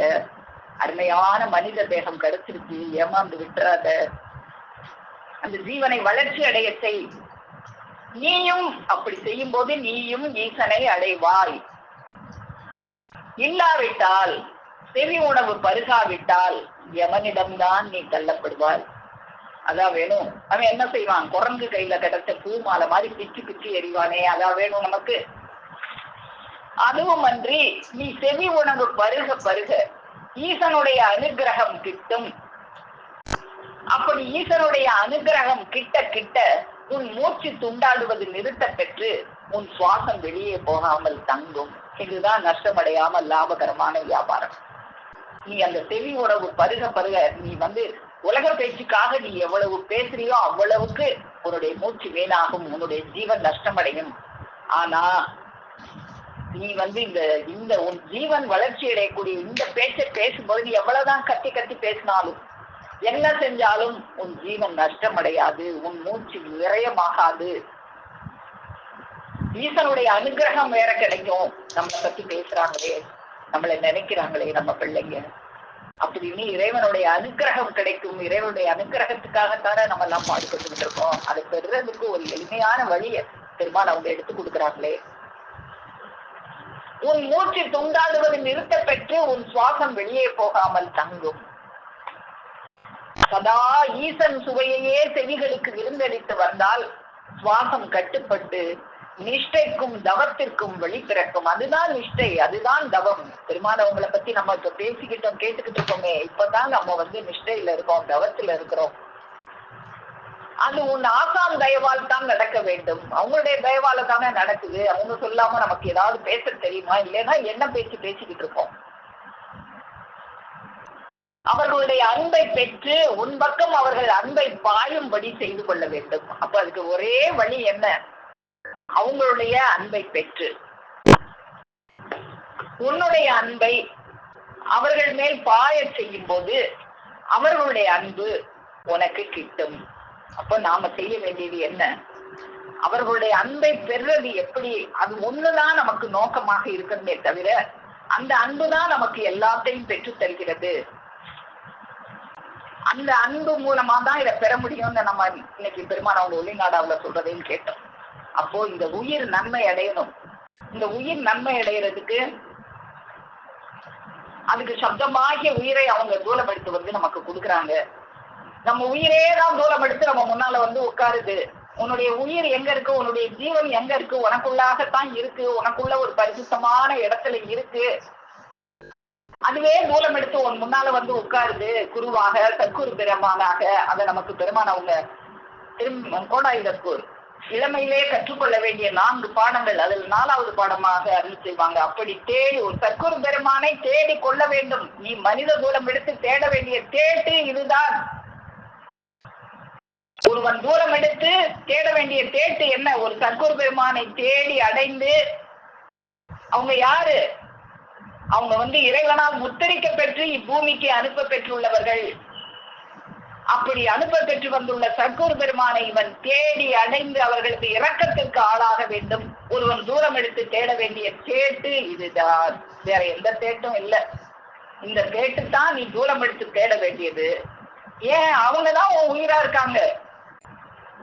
உயிரை பார்க்கணும்னு உனக்கு ஆசை இல்லையா? இந்த உயிரை பத்தியே பெருமான் அவங்க வாழ்ந்திருக்கிற உனக்கு ஒரு தலைமுறை காலம் உனக்கு தொண்டு செஞ்சுகின்ற இலங்கிய லட்சிய உயிரை, இந்த உயிரை பத்தி எவ்வளவு அழகாம கூட கொடுத்து சொல்லியிருப்பாங்க. அந்த உயிரை பார்க்கணுமே, உனக்கு பார்க்க ஆசை வரலையா? அந்த உயிராகத்தான் அவங்க வந்திருக்காங்க. அதை நமக்கு அப்படியே எவ்வளவுதான் அவங்க ஓப்பனா வெளியா சொல்லுவாங்க. நான் தான் வெளியே சொல்றதுக்கு எனக்கு என்ன வெக்கமா இருக்காதா அப்படின்னு பெருமான் அவங்க அறிவி செய்வாங்க. அது போல இந்த திருவாக்கியத்துல நம்ம கொடுக்குறாங்க. அந்த பாடத்துல 4வது பாடமாக, அப்படி தேடி பெற்ற சத்குரு பெருமானை தன் கண்ணாக தன் உயிராக நினைத்து இல்ல, அவங்கதான் உன் கண்ணு, அவங்கதான் உன் உயிர், அவங்கதான் தூரம் எடுத்து வந்திருக்காங்க. தன் கண்ணாக உயிராக நினைத்து அவர்கள் பால் ஒட்டி படிந்து இறுதி வரை நிலை நிற்க வேண்டும். அப்படி லேசா எட்டி பார்த்துட்டு போயிட்டா ஒன்னும் நடக்காது. இறுதி வரை நிலை நிற்க வேண்டும் அப்படின்னு ஒரு 4 பாடத்தை நமக்கு எடுத்து கொடுத்துருக்காங்க. அப்போ நம்ம இன்னைக்கு பார்த்தோமே இந்த திருவாக்கியம். அந்த திருவாக்கியத்துல நமக்கு சொன்ன மாதிரி ஒரு தாசில்தார் வேலை பார்க்கறதுக்கெல்லாம் இந்த தேகம் போதும்.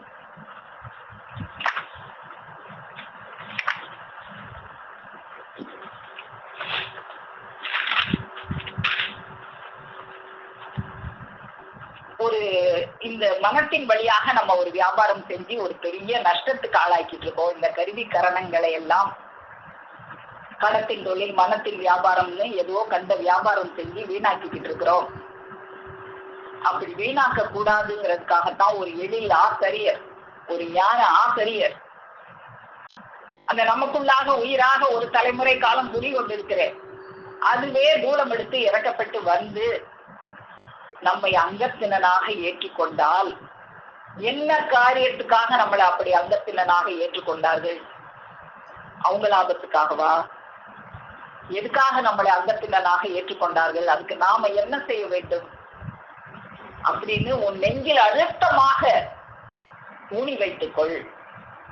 நீ என்னவாக ஆகுவதற்காக நாம் உன்னை ஏற்றுக்கொண்டுள்ளோம் என்பதை நினைத்து இதை உன் நெஞ்சில் அழுத்தமாக ஊனி வைத்துக்கொள்.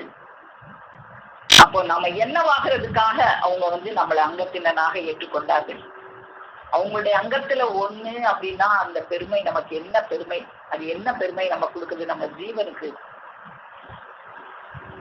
ஒரு அறிவில்லாத ராஜாவாக கண்டபடி தெரிஞ்ச உன்னுடைய மனத்துக்கு ஒரு அறிவு சொல்லுகிற மந்திரியாக உனக்கு துணைக்கு வர்றாங்களே, அந்த அறிவின் துணை கொண்டு நீ நடக்கும்போது இந்த ஐம்புலனும் இந்த கருவி கரணங்கள் வழியாக கண்டபடிக்கு செல்லாமல் அது அந்த சுக்கும தேகத்திலேயே உன்னை வாழ செய்யும். உன் ஜீவனுடைய தலையில் இடி விழாம காப்பாற்றும்.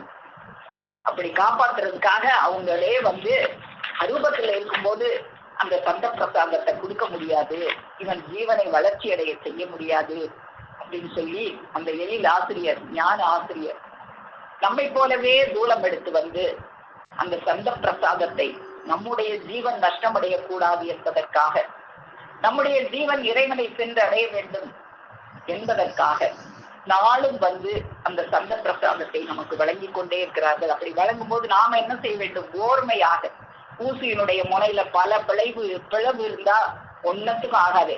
அதுபோல பல வழிகளிலும் இந்த கருவி கரணங்களை செலுத்தாம ஓர்முனைப்படுத்தி அதை மட்டும், அந்த செவி உணவை மட்டும் பருக பருக நம்முடைய ஜீவனுடைய தலையில் இடிவிழாமல் அது காப்பாற்றுகிறது. அந்த சந்த பிரசாதத்தை நாளும் நமக்கு வழங்கி கொண்டிருக்கும். அந்த அறிவே ரூபம் எடுத்து வந்திருக்கும். அந்த ஈசனே, அரூபத்தில் இருந்த ஈசனே ரூபம் எடுத்து வந்து நமக்கு நாளும் சந்த பிரசாதத்தை வழங்கி கொண்டிருக்கும் நமது பெருமானவர்களது பொற்பாதம் போற்றி பணிந்து நமஸ்கரித்து என் முத்தி பேருடைய மேலும் மேலும் முழங்கும் என்று கூறி உங்கள் அனைவரிடமிருந்து விடைபெறுகிறேன். அனைவருக்கும் நமஸ்காரம். ஜீவ சகோதரி சாலை பரமேஸ்வரி அக்கா அவர்கள். காலையில 6 மணிக்கு திறக்கிறது, இப்ப 10 மணி 11 ஒரு விஷயமா தான் இருக்கு. இந்த ராஜா மந்திரி அப்படிங்கிறதுக்கு இன்னைக்கு காலையில நாங்க என்னைக்கு எதை தட்டுறோமோ அதை அப்படியே நீங்க எடுக்கும் போது நீங்க எங்கெல்லாம் குறைச்சிட்டு இருக்கீங்களோ அப்படி கூட தோணுது. நான் இதை சரியா இல்லை, என்னோட 4 பேர் இருந்து நாங்க காலையில பேசிட்டு இருந்தோம். அத டக்குன்னு அதே மாதிரி அதே விஷயம் போது நீ காலையில பேசியா இப்பயும் அதே கேளு. அப்போ நம்ம கேட்டதே திரும்ப திரும்ப கேட்கும் போது அது இன்னும் ஒரு பிரகாசிக்கதான் செய்யுது. அதை தெரிவிச்சுக்கிட்டு வரும் அனைத்து சகோதரர்களுக்கும் அன்பான நமஸ்காரத்தை தெரிவித்துக் கொள்கிறேன். நம்முடைய தெய்வ திருவாக்கியம் நமக்குள்ள ஒரு 5 மணி நேரம் இருக்கு. அதை நம்ம பெறணும். அதுதான் நமக்கு முக்தி நல்கக்கூடியது. நம்ம இங்க வந்தது வேடிக்கை பார்த்துட்டு இருந்துட்டு போவதுக்கு அல்ல. இந்த தேகம் எடுத்து கொடுத்தாங்க, கேலி கொடுத்தா மனைவி எல்லாம் படிச்சிருக்காங்க கேட்கிறாங்க. இவ்வாறெல்லாம் கேட்டு வந்தவங்க உன்னை நான் இப்படி ஆக்கதான் வந்தேன், நீ இருக்காங்கன்னா தலை கொடுத்துருக்கேன், அதை முதல்ல நீ தெரிஞ்சுக்கோ. அதாவது ஒரு பச்சை குழந்தைக்கு நம்ம எப்படிலாம் ஒன்னும் சொல்லி கொடுக்குறோமோ அது போல இந்த தெய்வீக விஷயத்தை எடுத்து கொடுக்கும்போது தெய்வமர்கள் ஒவ்வொருத்துக்குமே நமக்கு காட்டி காட்டி ஊட்டி ஊட்டி அந்த கருணை வேந்தர்கள் அல்லவா, அந்த கருணை வேந்தர்கள் நமக்கு எல்லாத்தையுமே சொல்லி கொடுக்குறாங்க. அப்படி சொல்லி கொடுக்கறது நம்ம என்னெல்லாம் எடுத்துக்கிட்டோம் என்னெல்லாம் எடுத்துக்கல அப்படின் போது அவங்களேதான் ஜட்மெண்ட் பண்ணிக்கிறோம். அது எப்படி இருக்குது, இன்னைக்கு திருவாக்கியத்தை எப்படி நமக்கு கொடுத்தாங்க, அந்த திருவாக்கியத்துக்கு என்ன மாதிரி எல்லாம் ஒரு, அதாவது ஒரு மந்திரம் சொல்றோம் வாயில, அந்த மந்திரம் அது சொல்லும் போது அது கூப்போடு மட்டும்தான் தெரியல, அது தெய்வம் பண்றாங்க. அது போல திருவாக்கியங்கள் அந்த மந்திரம் எதுவும் கொடுத்திருந்தாலும் அதை நம்ம எடுத்து பேசும் போதும் அது திரும்ப நம்ம வாங்கி அதை நம்ம தெரியல வாங்கி சிந்திச்சு அது அந்த நிமிஷம் உட்கார பார்த்தீங்களா, அந்த நேரம் மிக அற்புதமான ஒரு நேரமா இருக்குது. அந்த நேரம் தான் மிக குறைவாக இருக்கிறது பிறவியனே அப்படின்னு தெய்வம் நமக்கு சொல்லி வருத்தப்படுறாங்க. நம்ம கூட ஆக இன்றைய திருவாக்கியத்தில் அக்கா பேசுனது என்ன படிக்கிறாங்க, எழில் ஞானாசிரியர் அப்படின்னு.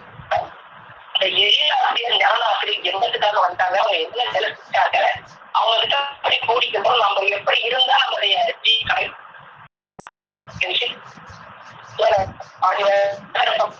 அதாவது ஒரு மனோட ஆணையே ஒன்று இருக்கும்.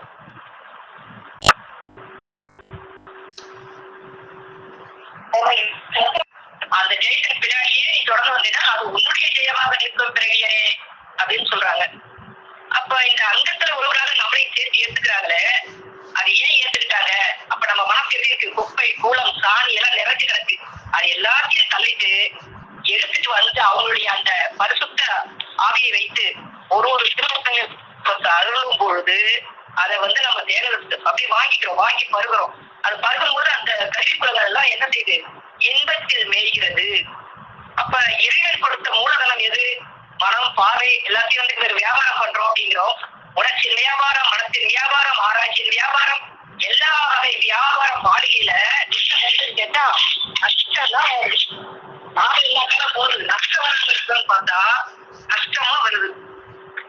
அக்கா சொல்லுங்க, கேக்குதா இல்லையா? தவறு இருக்கா இல்லையா? எனக்கு நல்லா தானே இப்ப கேக்குதுக்கா. இப்ப கேக்குது. ஓகே, அந்த லெவல்ல வச்சு பேசுங்க. ஓகே, நன்றி. தனித்தனியான அந்த வியாபாரம் எப்படி இருக்குனாக்கா நஷ்ட வியாபாரமா தான் இருக்கு. ஆனா தெய்வம் அவங்க எடுத்து கொடுக்குறாங்க. அந்த திருவருட்புறம்ல இந்த கொடுமலையார் கதிர்மலையின் பாடல் படிச்சுட்டே வராங்க. அதுல வந்து இதை நாம் எதில் பேசுகிறோம், அது எம் கையில் உள்ள சரக்கு, என்னுடைய சொந்த வியாபார பேச்சு. நம் வியாபாரம் மிக லாபகரமான வியாபாரம், இருந்த வியாபாரம், காலகாலமாக இந்நில உலகிற்கு பாரவான்களால் கொண்டு வரப்பெற்ற வியாபாரம். இதையெல்லாம் யாராவது நின்று கவனிக்கிறது உண்டா? இல்லை. அந்த திருப்பாடம் இவர்களுக்கு தேவையில்லை போல் தோன்றுகிறது. திருப்பாடத்தை போல் இருந்தால் போதும் என்றால் பணத்தை போல் இருந்தால் போதும் என்று இருந்து விடலாமே. அப்ப நமக்கு வந்து உண்மையா பணம் வேணும், உண்மையா வாழ்க்கை வாழணும். சின்ன பிள்ளைங்கள நம்ம மணல்ல வீடு கட்டி விளையாடுறோம், அது எல்லாருக்கும் ஞாபகம் இருக்குது இல்லையா? அது கேட்பாங்க தெய்வம் நம்மளை நோக்கி, நம்மளாம் சிறு பிள்ளையா இருந்த வீடு கட்டி விளையாடவே அதான் ஞாபகம் இருக்கா? அந்த வீட்டுல நம்ம இன்னைக்கு குடியிருப்போமா? இருக்க மாட்டோம். அப்ப நமக்கு சொந்த வீடு கட்டிட்டு சொந்தமா மனைவி மக்கள் எல்லாம் இருந்து நம்ம வாழறோம். எப்ப ஒரு எளிமையான உதாரணத்தை எடுத்து கொடுத்து நமக்கு புரிய வைக்கிறாங்க.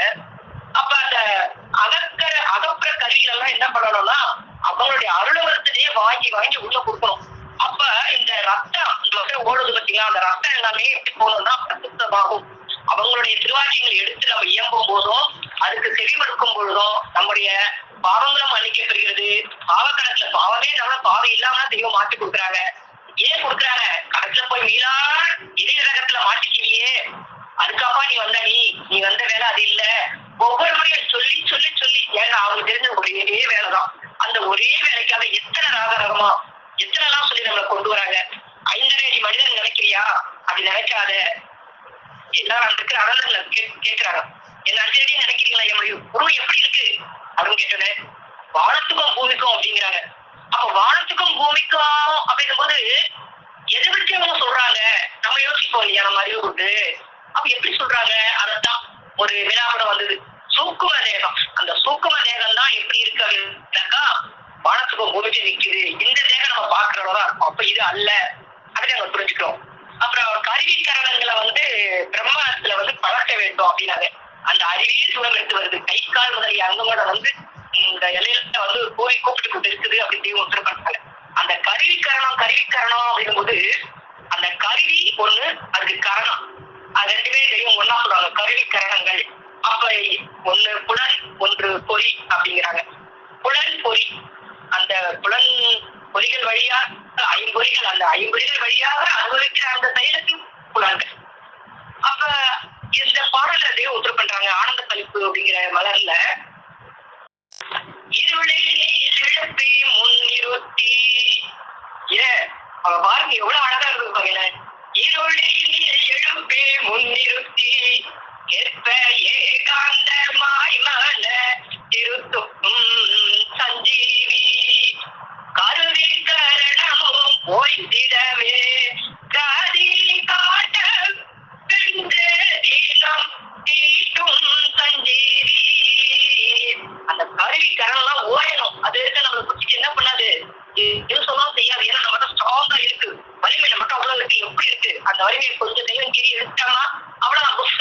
எப்படி பலூன் பெருசா ஊதி இருக்குது, அது சின்ன ஒரு தொலைவு டாப்ஸ் வெடிச்சிருக்கு. அது போல மனிதனுடைய வாழ்க்கை அவ்வளவுதான். ஒரு கோழியின் மீது ஏறி சவாரி செய்கின்ற அற்ப வாழ்க்கைட்டாங்க. ஆனா நம்ம அந்த வாழ்க்கைக்கு எடுத்துக்கிற பாடு அதான்.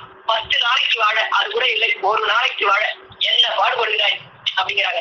அப்ப அனுபவித்து அறிந்து வந்து அவங்க நமக்கு சொல்லிக்கிட்டு இருக்காங்க. சாதாரணமா சொல்லல, எது எங்கேயோ பார்த்துட்டு போட்டாலும் நுணுகி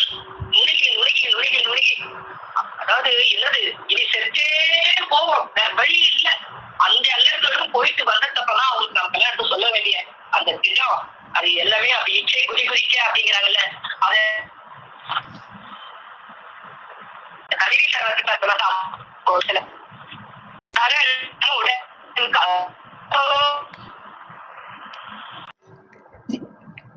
ஜீவ சகோதரி சாலை சலந்திரி அக்கா அவர்கள்.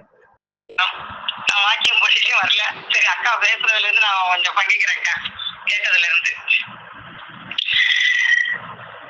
எல்லோங்கு சம்பூர்ண உயிர்கழிப்பின் வாய்மை துணங்கா நின்ற பன்னலங்கார நன்னடம் தவழும் அழகொலி ஒலிப்பிளம்பின் தற்பராபர நிச்சலாதிய சிச்சபானடன சுவிசேஷகார சுவையை நமக்கு அளித்துக் கொண்டிருக்கும் பிரம்ம பிரகாச மெய்வெளி சாலையா ஆண்டவர்களை வணங்கி அனைவருக்கும் நமஸ்காரம். அக்கா இன்னைக்கு உள்ளட வாக்கியமா கேட்கல.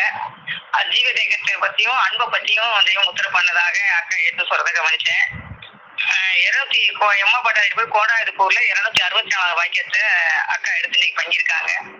ஒரு எழில் ஆசிரியர், ஒரு ஞான ஆசிரியர் தன் அங்கத்தினன் என்று உன்னை ஏற்றுக்கொள்வதாக இருந்தால் நீ எப்படி நடந்து கொள்ள வேண்டும், நீ என்னவாக ஆகுவதற்காக நாம் உன்னை ஏற்றுக்கொண்டுள்ளோம் என்பதை நினைத்து இதை உன் நெஞ்சில் அழுத்தமாக வைத்துக்கொள். வீணாக போவாயின் செய் எடுத்து காணா கருவூலம் முன்னே தந்தேன். நீ அப்படி போக இருந்த, அதுக்கு நான் முன்னாடி உனக்கு கொடுத்துட்டேன். என்னவாக போவ இருந்தியோ அவனுக்கு முன்னாடி கொடுத்துட்டேன், வந்து இதை பெற்றுக்க. சாவு சவக்கூலி போக இருந்த, அதை விட்டு உனக்கு கொண்டாந்து நீ வச்சுட்டேன் ஜீவன்ல அப்படின்னு உத்தரவு பண்றாங்க. அப்ப எவ்வளவு நிதியம், செல்வம், ஆர்வம், இளமையான வனப்பு இருக்கட்டும், மனம் எவ்வளம் இல்லாவிட்டால் வயது, ஆயுள், ஆலோசனை எல்லாவற்றையும் அந்த மனம் விழுங்கி தன்மயமாக ஆக்கிவிடும். என்னைக்கு தெய்வத்தை தெய்வமும் நம்ம ஏத்துக்கிறோமோ அப்பதான் அறிவு வேலை செய்யும். அது ஃபுல்லா மனம்தான். தெய்வத்தை ஏத்துக்கிறப்ப அது வெறும் மனத்திலே போயிருது, நரலா போயிருது, கசப்பாயிருது. தெய்வத்தை அறியறப்பதான் அது அறிவா வருது. அப்ப இந்த கருவி குலங்கள்லாம் அக்கா எடுத்து கொடுத்த அந்த கருவி குலங்கள் பூராமே தெய்வத்தை வணங்க கூறதுக்குதான் அந்த கருவி குலம் கொடுத்தாங்க, படைக்கப்பட்டாங்க நித்தியத்தை அடைகிறதுக்கு. ஆனா அதை பூரா நம்ம இந்த அழி உடலுக்கு அழி வேலைக்குமே நீ செலவு செஞ்சுக்கிட்டு இருக்க. அப்படி செய்யாம நீ மாத்து. பின்ன அங்க இருக்கவங்களுக்கு நம்மளுக்கு என்ன வித்தியாசம், அவங்களும் ஒன்ன மாதிரிதான் இருக்காங்க. ஆனா உன் அங்க குலங்களை பூரா நான் மாத்தி வச்சுட்டேன். நீ நிஜமான விஷப்புலி, அவங்க மெய்வெளிக்காரங்கிட்ட போனா வாய் போட முடியாது அப்படின்னா அந்த அளவுக்கு தெய்வம் புஜபல தாஸ்திகராக நம்மளை ஆக்கி வச்சு பேச வைக்கிறதுனாலதான் அவங்க மெய்வெளிச்சாலைக்கு போனா பேச முடியாது அப்படின்னு சொல்றாங்கன்னா அந்த அளவுக்கு செவிச்சுவை தெய்வம் ஊட்டி ஊட்டி ஊட்டி அவங்க பாடு பரப்பு எல்லாத்தையும் நமக்கு ஊட்டி ஆக்கி வச்சிருக்காங்க. அந்த கருவிகளையும் மாற்றி வச்சிருக்காங்க. நீங்க அதுக்கு இணக்கமா இருந்து அந்த மனத்தின் வழி செல்லாம அறிவின் வழி செஞ்சு படிச்சு எடுத்துக்கங்கன்றாங்க. அதை ராஜா என்கிறோம், போகாது தடுப்பது அறிவு.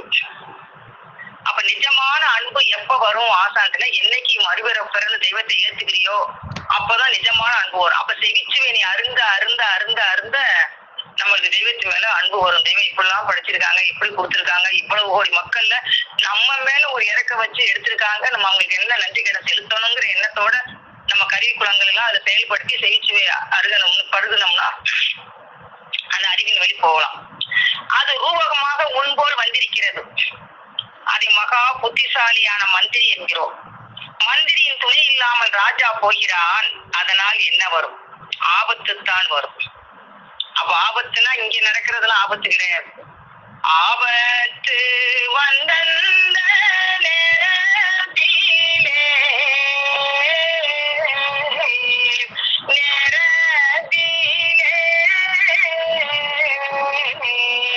ஆங்காங்கு முன் வந்து நிற்பவரை. அப்ப அந்த ஆப பத்துனா கமல் நம்ம சொல்லுவாரு, ஆப பத்துனாதான் உனக்கு ஆபத்து வராது. நீ தெய்வத்துடைய ஆழமாய் நீ பத்தலைன்னா உனக்கு ஆபத்து கடைசி எமன் வந்துருவாப்புல. அப்ப யாருடைய நிஜமான வாக்கு, நிஜமான வசனம், நிஜமான வார்த்தைங்கிறது தெரிஞ்சு நீ அந்த ஆழவாய பத்துனா உனக்கு கடைசியா எமன் வரமாட்டா. எமனுக்கு ஆர்டர் போட்டுருவாங்க, அவங்கள பத்தணும். அந்த நீ தாகமாய் இதனை உணர்ந்தோர் தமக்கு இறங்கும் தங்களுக்கு இரு செல்வமும் ஓங்கவும் ஆதி. அப்படி தாகமா நீ உணர்ந்து வந்தானா உனக்கு இகத்திலையும் சரி பரத்திலையும் சரி ரெண்டு செல்வம் உங்களுக்கு ஓங்க வைக்கலாம். நான் ஓங்க வைக்கிறேன்னு தெய்வம். அப்படி தாகமா தாகமா இருக்கிறவன் ஜீவத்தண்ணீர் அருந்த கடவன். அப்ப தாகம் வேணும் நீ அந்த ஆலபாய் சூழல நீ பத்திக்கிட்டாயினா உனக்கு அந்த எமட்டத்தை காப்பாற்றுற செயல தெய்வம் செய்வாங்க. ஆபத்து வந்தது நேரத்துல ஆங்காங்கு முன் நிற்பாங்க. அது போலவே அறிவை துணை கொண்டு நடந்தால் உன் மனதிற்கு வல்லமை வரும். ஐம்புலனும் உன் மனதிற்குள் ஒடுங்கி அறிவை ஆகாரமாக கொள்களையே அறிவதனை கொண்டு அறிவதனை கண்டு அறிவதை அறியாமல் வீண் எரிகள் பிடித்து கலைகள் விரித்து வீணில் அலைவார்கள்னு உன்னத வாக்கியத்தில் வழியாக்குவாங்க. அதை விட்டு விட்டு உன் மனம் போக நிலைக்க போகக்கூடாது. வெளியவே பாடல் அவையாறு எழுதியிருப்பாங்க, மனம் போன போக்கெல்லாம் போக வேண்டாம். அப்ப அது போனா தீங்குல தான் தள்ளும், அந்த மனசு கொண்டே தீங்குல தான் தள்ளும். அதுக்கு திருஞான தாளிசையில மாணிக்க வாசகர் மனத்தை பத்தியே எழுதியிருப்பாங்க. 3 பக்கத்துக்கு மனத்தை பத்தி மனம் எப்படி எழுதியிருப்பாங்க. அப்ப அது ஐம்பொறினா மெய் வாய் கண் மூக்கு செவி. அப்ப அதன் வழியாக அனுபவிக்க கூடியது புலன். அந்த புலன் ஒளி ஊர் ஓசை ஆச்சம் அந்த இதுலயும் திருக்குறள்லயும் வருது. அப்ப இதனால வெளியே உள்ள உறுப்புகள்னால உள்ள உண்டு அனுபவிக்கக்கூடிய புலன், அந்த புலன் வழி பற்றி போகக்கூடாதுன்னு தெய்வம் கொடுத்திருக்காங்க. புலன் வழி பற்றியோடி போகியன் வயதையெல்லாம் நலந்தர மீட்டு தந்தன் நாளினை அடியே மீட்டும் புலன் வழி அழித்திடாது புண்ணியம் தனக்கே ஈட்டன் கலந்தவாய் தீரி வேண்டே அதிசயம் ஆயிரன்னே. அப்ப அந்த புலன்வழி பற்றி போயிடாத, உன்னை மாற்றி வச்சிருக்கேன், மறுபடியும் புலன்வழி பற்றி போயிடாம என் வாக்குக்கு நீ செவியை கொடுத்து வா அப்படின்னு முத்திர பண்றாங்க. இங்குலாம் உண்மையை உண்மையற்று உன் மனம் வஞ்சகமின்றி கொள்ளும் போது, வஞ்சகம் இருக்கு அப்பதான் செவிக்கு உணர்வு ஏறுங்கிறாங்க. அந்த வஞ்சகத்துக்கும் தெய்வம் பாடல் கொடுக்குறாங்க. நீ வஞ்சம் இல்லாம இருக்கிறதுனா அந்த வருங்குருநாதரின் நம்மகிட்ட நெருங்க வந்துருவாங்க. அப்புறம் உனக்கு நிசமாயிரும், இதுதான் தீர்க்கம், வாசி உன் வசமாகும் அப்படின்னு உத்தரவு கொடுக்குறாங்க. பூர்ணமன்ன போல பக்கம் 139. வந்தஞ்சனுகா வருங்குருநாதரின் நெருங்கிருவாகர வந்தின் வந்த தேடம்பட மாசி உன்வகம் பேசமுனித மிருதீக்கம்.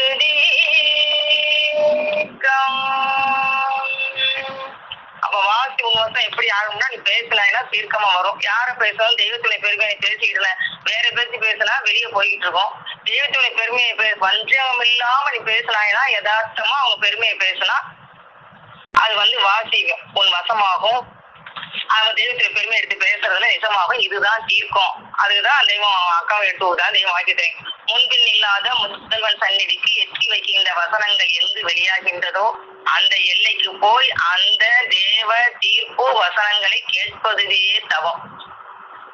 ஆனா உடல் பொருள் ஆவிய தத்தம் பண்ணி பெறக்கூடிய தவத்தை தெய்வம் அதனால வச்சுட்டு அந்த கல்யாணத்துல முடியாது. இந்த ஊர்ல தேவரத்தை எல்லோரும் ஓட்டி வந்த பாதை வேறு, நாம் ஓட்டி வந்த பாதை வேறு. எந்தெந்த இடத்துல கொடை அடிச்சுச்சோ அதையெல்லாம் கவிழ்ந்துச்சோ அதையெல்லாம் மாற்றி சட்டத்தை மாற்றி இப்படி இருந்தா தான் அந்த காலத்துல கொஞ்சம் சேர்க்க முடியுங்கிறத தெய்வத்தோட பாட்டை போட்டு நிரப்பி நம்மளுக்கு வச்சுட்டாங்க. கேட்டாலும் உனக்கு தரேன், நீ எல்லாரோட இருந்துக்க, எல்லா அந்தஸ்து எல்லாத்தையும் வச்சுக்க, இகபோக சம்பவம் எல்லாத்தையும் வச்சுக்க, ஆனா உன் மனசை கொண்டே அதுலயே நாட்டை வச்சிரு, அது பாட்டுக்கு இருக்கட்டும், அனுபவிச்சுக்கிட்டு என்னை நினைச்சுக்க, கேட்டுக்க அப்படின்னு. இது எப்படி ஒரு ஏமாளி சாமி கிடைப்பாங்க மாதிரி நம்மளுக்கு அந்த மாதிரி தெய்வம் கிடைச்சிருக்காங்க. அப்புறம் அக்கா ஐம்பொறியும் எடுத்து கொடுத்தாங்க. அப்புறம் கூர்ந்து இருக்கணும் அப்படிங்கிறதையும் எடுத்து கொடுத்தாங்க. உன் மனம் வஞ்சகமின்றி கொள்ளும் போது செவிக்கு உணவு ஏறுகிறது, அது உன் அறிவையும் மனத்தையும் செம்மைப்படுத்துகிறது. உறக்கம் என்னும் இடியை உன் ஜீவன் தலையில் விழாதபடி சன்னமாக தடுக்கிறது. நாம் தான் அதில் போய் கூடிக்கொள்ள வேண்டும். அப்போதுதான் அறிவு அந்த உறக்கம் என்ற இடியை தடுக்கிறது. தன் எண்ணம் எதிலே ஓடிக்கொண்டிருக்கிறதோ அதிலேதான் நாதமும் ஓடிக்கொண்டிருக்கும். ஒண்ணும் இல்லாத இந்த சின்ன பிள்ளைங்களுக்கு நம்ம தெரிஞ்சுட்டு வரோம். சின்ன பிள்ளைங்களுக்கு ஏதாவது சொல்லி கொடுத்தீங்கன்னா இப்ப பாடம் படிக்கிறாங்க, அது இருந்தாலும் சரி விளையாண்டுருந்தாலும் சரி அவங்க பாட்டுக்கு அந்த பாடல் சொல்லி கொடுத்தோம் உள்ள ஜீவன்ல ஓடுது. அது யதார்த்தமா இருக்கும், ஒண்ணு மஞ்சள் இல்லைங்க பிள்ளைங்கள்ட்ட. அப்ப அது பாடு சொல்லிக்கிட்டே வரையுதுங்க, சொல்லிக்கிட்டே படிக்குதுங்க. அப்ப அதை பார்த்தா நமக்கு எவ்வளவோ இந்த தெய்வத்தோட உத்தரவு ஆச்சரியமா பாக்குற மாதிரி இருக்கு. அந்த நாவலை அது பாட்டு சொல்லி விளையாடும் பள்ளி பிள்ளைகள் எல்லாரும் அப்படியே அதுங்களே படிச்சுக்கிட்டு அந்த வரைஞ்சிக்கிட்டு இருக்குங்க. அப்புறம் அக்கா கூர்ந்து பார்க்கணும், கூர்ந்து அவங்க கூறான கூறுவர்ல கூர்ந்து இவன் நம்ம பார்த்தாதான் அது சரி வரும், கூர்மையும் ஓர்மையில இருக்கணும் அப்படின்னு எடுத்து கொடுத்தாங்க. அது தெய்வம் கூறான குருவர்களா இருக்காங்க. அந்த கூறான குருவர்ல போய் நம்ம பிடிக்கிறாதான் நம்மளுக்கும் கூர்மை வேணும். கூர்மை இருந்தாதான் நம்ம அவங்களை போய் சிகிச்சை வாங்கி இந்த 5 நாளையும் உள்ள வாங்கி நம்ம அவங்களை பிடிக்க முடியும். அப்ப மாறாக ஓடும் அந்த மனம். அந்த மனம் ஓடையில ஒரு தடவை மாறி மாறினா போகாது, மாறி மாறி மரண பய சவுக்கு கொண்டு மாறி மாறி அடிக்கணும். அதுக்குதான் தெய்வம் வந்து உத்தரவு பண்றாங்க. என் பிள்ளைங்க கேட்ட உடனே கலகலன்னு கண்ணீர் உதுக்குறாங்களே, ஏன் உதுக்குறாங்க அப்படின்னா அந்த அநியாய மரத்துடைய வாதனையை சொன்ன உடனே ஐயோ இப்படி போய் இருந்த நம்மள தெய்வம் இப்படி காப்பாத்துறாங்களேன்னு கேட்ட உடனே அது செய்யல, அவங்களுக்கு கண்ணீர் கலகலன்னு வருது, ஆனந்த கண்ணீர் வருது. அப்ப அந்த மரணங்கள் தான் அவர் கொடூரம். அதுல போய் சிக்காம இருக்கிறதுக்கு நம்மளுக்கு கூறான குருவர் கிடைச்சிருக்காங்க. அவங்க நம்மளும் கூர்மையா புடிச்சுக்கணும் அப்படிங்கிறத எடுத்து அந்த கூறான குருவர்ல பிடிக்கிறீங்கள நம்மளுக்கு அவங்க செகிச்சுவ உள்ள வாங்க அவங்க அருள் வரும், இருள் போயிரும் அப்படிங்கிறதுக்கு ஆதிமை உதயபூர்ண வேதாந்தத்துல பூர்ண வண்ணப்பாவில எடுத்து கொடுக்குறாங்க. அந்த 5 வழியாவும் எப்படி நீ உள்ள போகலாய்னா உனக்கு எப்படி இருக்குங்கிறத அஞ்சஞ்சும் பிஞ்சாகியதோ முக அருள் படிந்திட இருள் பொடிந்திடும் மஞ்சஞ்செங்கஞ்சாவா மூலிகை மருந்தெனும் களிமாமரணியன அறிவாயே மஞ்சஞ்சம்மை ஞானவரோதய வசந்தரூபக நிஜங்குரூபத விஞ்சஞ்சுஞ்சஞ்சாதியதாம்பதி திடம்மரிங்கண்டிடம் தரும்பன் அபரோட்சம். அப்ப அந்த 5 வழியாவும் செவிச்சு வாங்கி உள்ள போனோம்னா அவங்க தெய்வத்தோட கூறா கவனிச்சு அந்த கூறான கூறுவர்ல கூறா கவனிச்சு இந்த 5 வழியா உள்ள போனோம்னா அவங்க அருள் படியும், இருள் பொடிந்திடும் அப்படின்னு எடுத்து கொடுத்தாங்க தெய்வம். அப்புறம் அக்கா வந்து இதுக்கெல்லாம் ஒரு பக்குவப்படணும், பக்குவப்பட்டாதான் சரியா நம்ம செய்ய முடியும், அந்த ஓர்மை கூர்மையில பக்குவப்படாட்டி செய்ய முடியாது அப்படின்னு எடுத்து கொடுத்தாங்க. அப்ப இந்த இருள் வழிங்கிற ஐம்பொறி என சொல்வார் வயம் பாடல் எடுத்து கொடுத்தாங்க. இது தீர்க்க தரிசன பாடல் வந்து நீ பக்குவத்தின் மாணவரை கொண்டு வர ஐயாங்கிறது எடுத்து கொடுக்குறாங்க. நம்ம பக்குவமா இருந்தா அவங்க உரையில போய் அவங்க நடனத்துல போய் அந்த செவியில வாங்கி உள்ள போனோம்னா பக்குவமா அந்த ஆக ஆக ஆக நம்மளை எடுத்துக்கிறாங்கிறது. அவங்க சொற்படி நடந்தால் அந்த சொற்படி நடக்கிறதுக்கு பக்குவமா வேணும், அந்த 5 வழியா உள்ள கொண்டு போனாதான் சரியா வருங்கிறத எடுத்து கொடுக்குறாங்க. எஜமானின் சொற்படியின் நட அப்படின்னு தலைப்பு கொடுத்து இந்த பாடல் கொடுக்குறாங்க. உத்திரமே உரை கொடுத்து ஆட உலகோர்க்கே உலகாளும் பதியவரை காத்து கொள்ள வேண்டி பத்திரந்தான் செய்யும் முறை கட்டளையே செய்து பக்குவத்தில் மாணவரை கொண்டு வர எத்திரமும் கொடுப்பதற்கே அதனிலுண்டும் பகுதி எஜமானின் சொற்படியில் படி நடந்து வந்தால் சித்திரங்கள் நோவு வந்திடாது ஒரு காலும்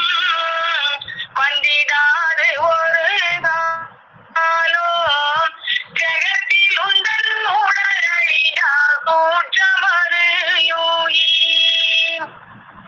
இந்த சித்திரத்துக்கு நோவே வராது, அது ஜெகத்தில் இந்த உடலே அழியாது. அவங்களுடைய உரைக்கு கேட்டு சொற்படி நடந்து வந்தா உனக்கு சித்திரம்லாம் நோவு வராது அப்படின்னு எடுத்து கொடுக்குறாங்க. அப்ப அந்த திருநடல அந்த கேட்டா தேகம் நிற்கும். அவங்க திருநடத்தை செய்ய வழியா நீ கேட்க உன் தேகம் நிற்கும், அந்த ஜீவ தேகம் நிற்கும். இந்த உடல் அழியும், அந்த உடல் நிற்கும். அப்ப இந்த உடலும் தான் அழியாத தெய்வம். ஜீவன் முத்தியோடு தேக முத்தி பெற ஆசைப்படுகிற நீ எதை விட்டிருக்கிறாய்? ருசியை கூட விட முடியவில்லை, உறக்கத்தை கூட விட முடியவில்லை. அந்த உறக்கத்தை ஓன்ட்ட கொடுத்துட்டேன், நீ தான் அதை கட்டாயப்படுத்தி ருசி அடக்கி நான் ருசி அடக்கி நல்ல தவத்துல ஏறி நிக்கணும், மற்றதெல்லாம் நான் பார்த்துக்க வேண்டிய எடுத்து கொடுக்குறாங்க. அப்ப அந்த திருநடத்தை கேட்டு அந்த சுத்தமுள்ள திருநடம் நிக்கிறதுக்கு அவங்களுடைய கூறான கூறுகளை கேட்கிற மாதிரி கேட்கணுங்கிறதையும் இந்த பாடல கொடுக்குறாங்க. சுத்தமுள்ள திருநடன தேகமதே நிற்கும், அந்த திருநடன தேகம் தான் நிற்கும். காமமதி நீர் நினைவு காணுடல தனைக்கும் கனக சபாபதி நடனம்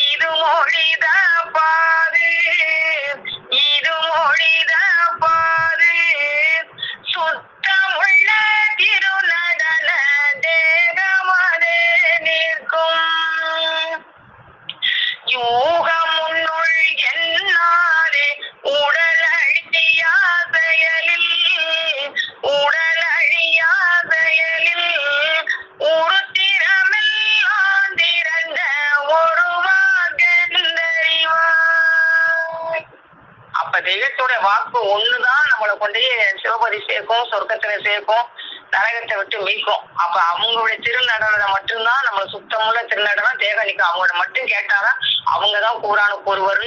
அந்த கூறானு கூறுவருடைய வாக்கியத்தையும் வாசனத்தையும் நம்ம கேட்ட செய் வழியா வாங்கி உள்ள போய் பெற்றாதான் அவங்களுடைய திருப்பாதத்தை பிடிச்சாதான் நம்மளுக்கு பேரருள், பேரிரக்கம், பேரெல்லாம் எல்லாமே வரும், நம்மளுக்கும் வரும். அப்ப என்னையாட்டதான் நீ இருக்கேன், உன்னையாட்ட நான் இருக்கேங்கிற. ஆனா ஒண்ணு கிடையாது. அவங்க பாடுபட்டு கஷ்டப்பட்டு அவங்க முதல்ல தவத்துல ஏறி முடிச்சுட்டு நம்மளுக்காக இன்னும் கூலிக்கார மாதிரி உனக்கு கூட என்ன போய்கிட்டுங்கிறாங்க தெய்வம். அப்ப அந்த அளவுக்கு அவங்களுடைய பாடு பரப்ப நினைச்சாலே உனக்கு முத்தி. நீ ஒண்ணும் உடற்புல ஆவின் சத்தியம் பண்ணி பெற வேணாம். நான் பட்ட பாட்டை நீ நினை, உனக்கு நான் முத்தி தரேங்கிறாங்க. இப்படி ஒரு இலகுவா ஆனா தெய்வம் யாருக்குமே கிடைச்சதுல நமக்கு கிடைச்சிருக்காங்க. அவங்க போற்றி புகழ்ந்து அவங்களுடைய இரக்கத்தை பெறுவோம் என்று கூறி முத்தி பெற மீண்டும் முழங்கும். அனைவருக்கும் நமஸ்காரங்க. ஜீவ சகோதரி சாலை மேகலா அக்கா அவர்கள்.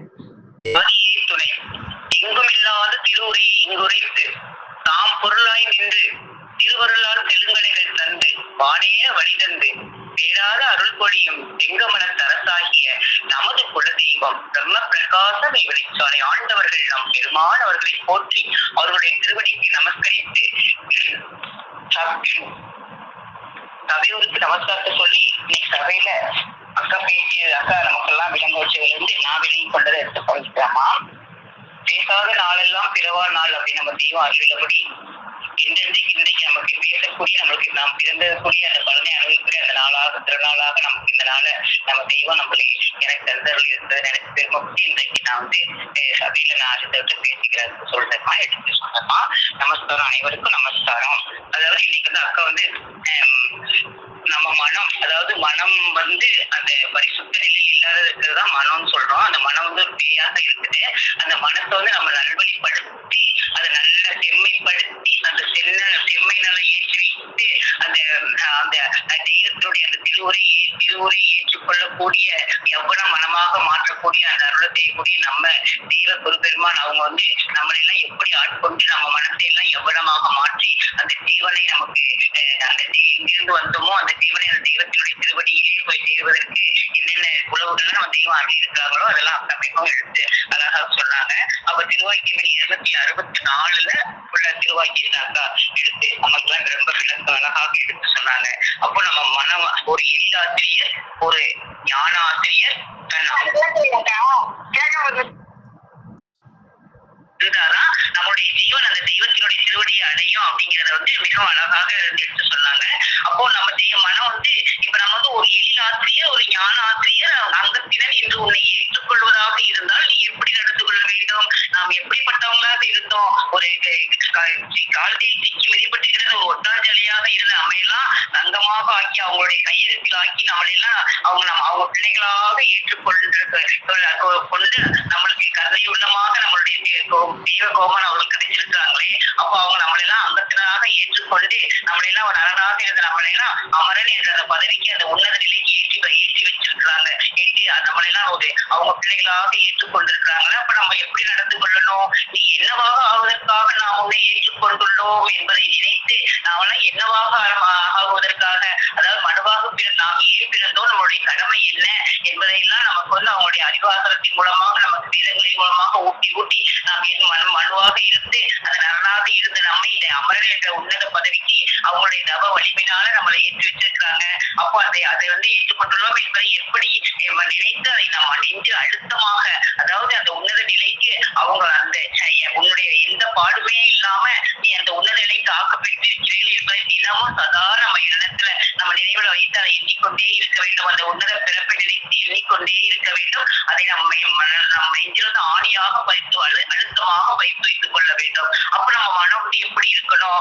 எவ்வளவு நிதியம், செல்வம், ஆர்வம், இளமையான வனப்பு இருக்கட்டும், மனம் எவனமாக இல்லாவிட்டால் வயது, ஆயுள், ஆலோசனை எல்லாவற்றையும் அந்த மனம் விழுங்கி தன்மயமாக்கிவிட. ஏன்னா மனம் அந்த புலன்வழி ஓடக்கூடியதாக இருக்கிறது. அவ புலன்வழி பற்றியோடி வயதையெல்லாம் போக்கிக் கொண்டிருக்கிறது. அந்த அழித்தலிலே ஈடுபட்டு வயதையெல்லாம் போக்கிக் கொண்டிருக்கிறது. அததான் ராஜா அப்படி அதை ராஜா என்கிறோம்.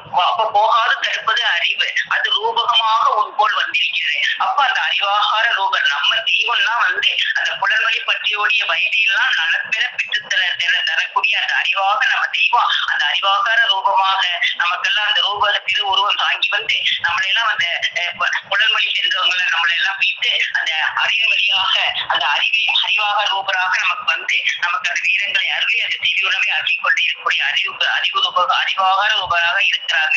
அப்ப அறிவை அறிய ஆசானை தேடு, அறிகின்ற ஆசானை தேடு, அந்த அறிகின்ற அறிவே அறிகின்ற அறிவே ஆசான் என்று நம்ம அந்த அறிவுதான் நமக்கு ஆசானாக இருந்து நம்மளை காக்கக்கூடியவர்களாக இருக்கிறாங்க. அப்ப அந்த அவங்களே ரூபம் தாங்கி வந்து முதல்ல வந்து நம்ம வந்து ஒரு குருவை அடைந்து அவங்களோட இருந்து அதுக்கப்புறம் அவங்களோட ஒட்டுதல் இருந்துதான் நம்ம இறைவனை அறிய முடியும் அப்படி இருந்தது. ஆனா நம்ம இந்த கலியுக காலத்துல நம்ம தெய்வம் நம்ம கலியுக பெருமான் அவங்களே ரூபம் தாங்கி வந்து அந்த பிரம்மஸ்த கூடவே பிரம்மஸ்த சுரூபராக வந்து நம்மளுக்கெல்லாம் அந்த அறிவாகாராக வந்து அந்த அறிவை நமக்கு நேரங்கள் மூலமாக தினமும் அருளிக்கொண்டே இருக்கிறாங்க. அந்த பார்க்கலை திருத்திரு வட்டாக்கி நமக்கெல்லாம் தந்த அறிவு அந்த வட்டாக்கி நமக்கு வந்து அருளிக்கொண்டே இருக்கிறாங்க. அதை நம்ம அப்படியே வாங்கி முழுங்க வேண்டியதுதான். அவங்கதான் நமக்கு அந்த அறிவாகாரமாக இருக்கிறாங்க. அப்போ அந்த அறிவை துணை கொண்டு நடந்தால் உன் மனத்திற்கு வல்லமை வரும். ஐம்புலனும் உன் மனத்திற்குள் ஒடுங்கி அறிவை ஆகாரமாக கொள்ளுதலையே அறிவதனை கொண்டு அறிவதனை காண வேண்டும் என்றது. ஆனால் உன் மனம்தான் அங்கும் இங்கும் அழைக்கிறது. அப்புறம் மனம் வந்து நமக்குள்ள அந்த ஒவ்வொரு செயலையும் மனசு வந்து அங்கேயே அழைச்சு கொண்டே இருக்குது. அப்போ அந்த மனதை வந்து நம்ம கட்டுப்படுத்தணும் அப்படின்னா நம்ம செய்யக்கூடிய அந்த புலன்கள் வழியா செய்யக்கூடிய ஒவ்வொரு வியாபாரம் நமக்கு அர்த்தமாகத்தான் இருக்குது.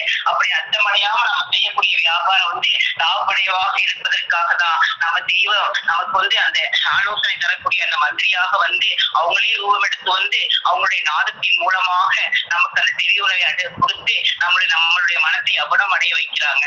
அப்போ நம்ம ஜீவன் வந்து அந்த தெய்வத்தை அடைய இருக்கிறதாக அந்த கருவி கரணங்களா நமக்கு கொடுக்கப்பட்டது. அப்ப அந்த புறக்கருவிகள் ஐம்புலன்கள் சொல்றோம், அகக்கருவிகள் கரணங்கள் அப்படின்னு சொல்றோம். அதுதான் மனம், சித்தி, புத்தி, அகங்காரமாக இருக்கிறது. அப்ப அந்த மனமானது என்ன செய்யுதுன்னா நம்ம ஒவ்வொரு நம்ம நினைக்கக்கூடிய ஒவ்வொரு செயல்களையும் ஒவ்வொரு இதையும் அந்த மனத்துல வாங்கி பதிய வைத்து அதை புத்திக்கு அனுப்புது. அது சித்த வந்து பதிய வைத்து அதை அகங்காரம் மூலமாக செயல்படுத்துது. அவ்வாறு நம்ம மனம் வந்து நம்ம மனம் போன போக்குல போய் நம்ம செய்யக்கூடிய வியாபாரம் அனைத்தும் நமக்கு வந்து நம்ம தெய்வம் கொடுத்த மூலதனத்தை வைக்கக்கூடியதாக தான் இருக்குது. அதனால நம்ம வந்து இதை வந்து நம்ம லாபகரமாக நடத்தணும். நம்ம வந்து புலன்வழி ஓடாம பொய் வழியாக ஓடக்கூடிய அந்த பொய் வழியாக ஓடக்கூடிய அந்த எப்படத்தை பெறணும் அப்படின்னா நம்மளுக்கு வந்து ஒரு அந்த ஞான ஆசிரியரை நம்ம தேடி அடைய வேண்டும். அப்ப தேடி அடைஞ்சு அவங்க மூலமாக அந்த பலத்தை அந்த கல்வித்தான் பிரம்ம வித்தை. அப்ப அந்த பிரம்ம வித்தையை பழக்கிறதுக்காக தான் அந்த கல்வி கரணங்கள்ல நமக்கு கொடுக்கப்பட்டிருக்கிறது. அப்போ அதை வந்து நம்மளுக்கு வந்து அந்த மந்திர ரூபகரே வந்து நமக்கு ரூபம் தாங்கி வந்து அவர்கள் அந்த நமக்கு மனம் மூலமாக செய்யக்கூடிய வியாபாரத்தை எல்லாம் அறிவின் மூலமாக அறிவின் வழியாக அறிவின் வியாபாரமாக வளர்க்கக்கூடியவர்களாக நம்ம தெய்வம் நம்மளுக்கு இருக்காங்க. அதன் மூலமாக தான் நம்ம உயிரானது அந்த இறைவனை அடையக்கூடியதாக இருக்கும். அதற்காக கொடுக்கப்பட்ட கருவி கரணங்களையும் நம்ம அதற்காக பயன்படுத்தி நம்ம ஐம்புலன்களை அடக்கி நம்ம புலன் வழிபட்டு ஓடினால் நம்ம எவங்கை பட்டு விடுவோம் அப்படின்றது தெரிஞ்சு அறிவின் வழியாக ஓடணும். அப்ப நம்ம அந்த புலன்கள் சதையெல்லாம் நம்ம முறியடிச்சுட்டு பொறிகளின் வழியாக தெரிஞ்சு அந்த புலன்களின் சத்தையெல்லாம் ஒன்று சேர்த்து பொறிகளின் வழியில் கொண்டு வந்தால்தான் நமக்கு அந்த ஓர்மையான அந்த ஓர்மை அறிய உண்டாக்கி அந்த தெரிவிலிருந்து நம்ம தெரிய உணவை பருகக்கூடிய அந்த வல்லப்பத்தை நம்ம தெய்வம் எப்படி ஊசி முனை வந்து கூர்மையாக இருந்தால்தான் அதன் மூலம் அது பாயுமோ அது போல நம்மளுடைய தெரியும் ஓர்மை திறமையுடையதாக இருந்தாதான் அந்த தெரிய உணவை பருக முடியும். அப்போ நம்ம தெரிய உணவை பருகிறது போல நம்ம இந்த தேகத்தை இந்த தேகம் வந்து இந்த தூள தேகம் அழியக்கூடிய தேகம் அந்த நமக்குள்ள இருக்கிற அந்த நித்திய தேகத்தை பெறணும். அப்ப அந்த தேகம் வந்து நமக்கு வந்து மனுவாக பிறந்தது நமக்குள்ள இருக்கிற அந்த நித்திய தேகத்தை அடைவதற்கு தான் அந்த நித்திய தேகத்தை நம்மால் அடைய முடியாது. அதற்கு ஒரு குருவை தேடி அடைந்து அவர்கள் திருவடியை படைந்து கிண்டி கேட்டாவது அவர்கள் மூலமாக நாம் அந்த நித்திய தேகத்தை அடையக்கூடிய அந்த வழிமுறைகளை தெரிந்து கொள்ள வேணும். அப்ப அதுக்காக தான் நம்ம பிறந்திருக்கோம். அதுக்காக தான் இந்த கல்வி தரங்கள் நம்ம கொடுக்கப்பட்டிருக்கு. அதன் மூலமாக நம்ம தெய்வத்தை தேடி அடைந்து நம்மளுடைய அந்த கல்வி தருணங்களை எல்லாம் எதற்காக கொடுத்தாங்களோ அதற்காக உபயோகித்துக் கொள்ள வேண்டும் அப்படின்றதுக்காக தான் எதற்காக அந்த திவான் தேகத்தை பெறதுக்காக இது கொடுக்கப்பட்டது. அப்ப அந்த எல்லையில குடியேற்றி வைக்கிறதுக்காக தான் நம்ம தெய்வம் நம்மளுக்காக அந்த ரூபம் எடுத்து வந்து நம்மளை எல்லாம் அந்த தேகத்தில் புகுத்து வைக்கவே வந்திருக்கு. அப்ப நம்ம வந்து அந்த தேகத்தில் புகுந்து தினமும் அது ஜீவனை பருதல் மூலமாக நாம் தினமும் அந்த தேகத்துல வந்து புகுத்து பழகி கொள்ளக்கூடிய அந்த வல்லமை நம்ம தேவனா கொடுக்குறாங்க. மனு பிறந்தது இந்த ஒரே ஒரு வேலைக்குத்தான். அப்படி இல்லாம நம்ம புலன் வண்டியில் ஓடினா அந்த எவன் கையிலுமே மாட்டிக்கொள்ளதான். அப்படி மாட்டாம இருக்கிறதுக்காக நம்ம தேவன் தினமும் அவங்களுடைய அந்த ஆளவாய் வந்து நமக்கு தினமும் கொடுத்து நமக்கு தீ மூலமாக வருகை வாயுணவு தெய்வுணவு கூட ஜீவ உணவை நமக்கு கொடுத்து நம்மளை எல்லாம் அந்த பராமரத்தில் கேட்பதற்காகத்தான் அவங்களுடைய ஒரே திருவுள்ளமாக இருக்குது. நாம் அந்த ஒரு அதற்காக தான் நாம் வந்தோம் அப்படிங்கிற நம்ம மனநிலை எப்பயுமே பதிய வைத்துக் கொள்ள வேண்டும். அப்போ மனத்தினுடைய வியாபாரத்தை வந்து மனத்தினுடைய வியாபாரத்தை அறிவு வியாபாரம் மாற்றுறது நம்ம செய்வாங்கதான். அது அவ்வாறு செய்யும் போதுதான் நமக்கு அந்த மனமானது எவ்வளவு அடைந்த செவிக்கு உணவு இருக்கிறது. அது அறிவையும் மனத்தையும் செம்மைப்படுத்துகிறது. அதன் மூலமாக நம்ம அந்த உறக்கமில்லை விடி வந்து நம்ம ஜீவன் மீது ஜீவன் தடை இல்லாதபடி அது தன்னத்தனமாக தடுத்து விடுகிறது. நாம் தான் அதை போய் கூடிக்கொள்ள வேண்டும். அப்போதுதான் அறிவு அந்த உறக்கமில்லை இடியை தடுக்கிறது. தன் சின்ன வயதிலே ஓடிக்கொண்டிருக்கிறதோ அதிலேதான் நம்மளுடைய அதிலேதான் நாதமும் ஓடிக்கொண்டிருக்கும். அப்ப நம்ம தெய்வம் வந்து நமக்கு வந்து அது தினமும் செவியுணவாக அவங்களுடைய நாத ஒளிய நமக்கு அறிவிக்கொண்டே இருக்கிறாங்க. அப்ப நம்ம ஜீவனை பற்றியே நினைக்க அந்த பேச நம்முடைய ஜீவன் வளர்ச்சி அடைந்து மனப்புற்று எவ்வளவு அடைகிறது. அப்போ நம்ம ஈசனை போய் அடையலாம். அப்ப நம்ம செவி உணவை பருக நமக்கு ஈசனுடைய அனுகிரகம் கிட்டும். நாம அந்த ஈசன் அவர்களுடைய அன்பு நம்மீது பாயும்படி நம்மளுடைய அன்பினால அவங்களுடைய இலக்கம் நம்மீது பாயும்படி செய்யணும். அப்ப நம்மளுடைய தெய்வத்தை அடைந்து நம்மளுடைய ஜீவன் அந்த நம்மளுடைய தெய்வத்தினுடைய திருவடியை அடைவதற்குரிய அந்த கல்வி தருணங்களை நமக்கு அருள் இருக்கிறாங்க.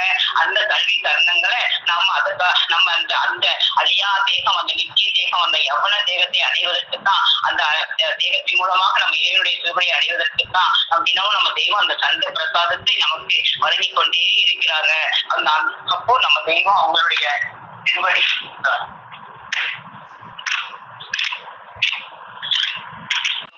நடக்கும்போது அவங்களுடைய அன்பு நம்ம மீது இருக்கும். அவங்களுடைய அன்பின் மூலமாக நம்மளுடைய அந்த பாவமாகிய எல்லாம் அந்த அவங்களுடைய அன்புக்கு திருப்பியாலதான் பாவம் வந்து நம்ம போகக்கூடியது. ஆகவே நமக்கு வந்து எந்த மாதிரியான தேகம் வேண்டும் என்பதை நாம தான் முடிவு செய்யணும். அப்போ அந்த தேகம் அந்த ஜீவன் அந்த நித்திய தேகம் தான் தீரத்தை அடைவதற்கு தான் நம்ம தெய்வம் நமக்கு இந்த வயதையும் அறிவையும் நமக்கு அருளி இருக்கிறாங்க அப்படின்னு உணர்ந்து நம்ம அந்த சொர்க்கவதிக்கு போகணும்னா தெய்வத்தின் அன்புக்கு பாத்திரமாகி அவங்களுடைய உத்தரவுகளையும் நம் தெய்வம் மக்கள் அளித்துள்ள வேதங்களையும் ஓதி அவருடைய திருவடியை சரணாகதி அடைய வேண்டும்.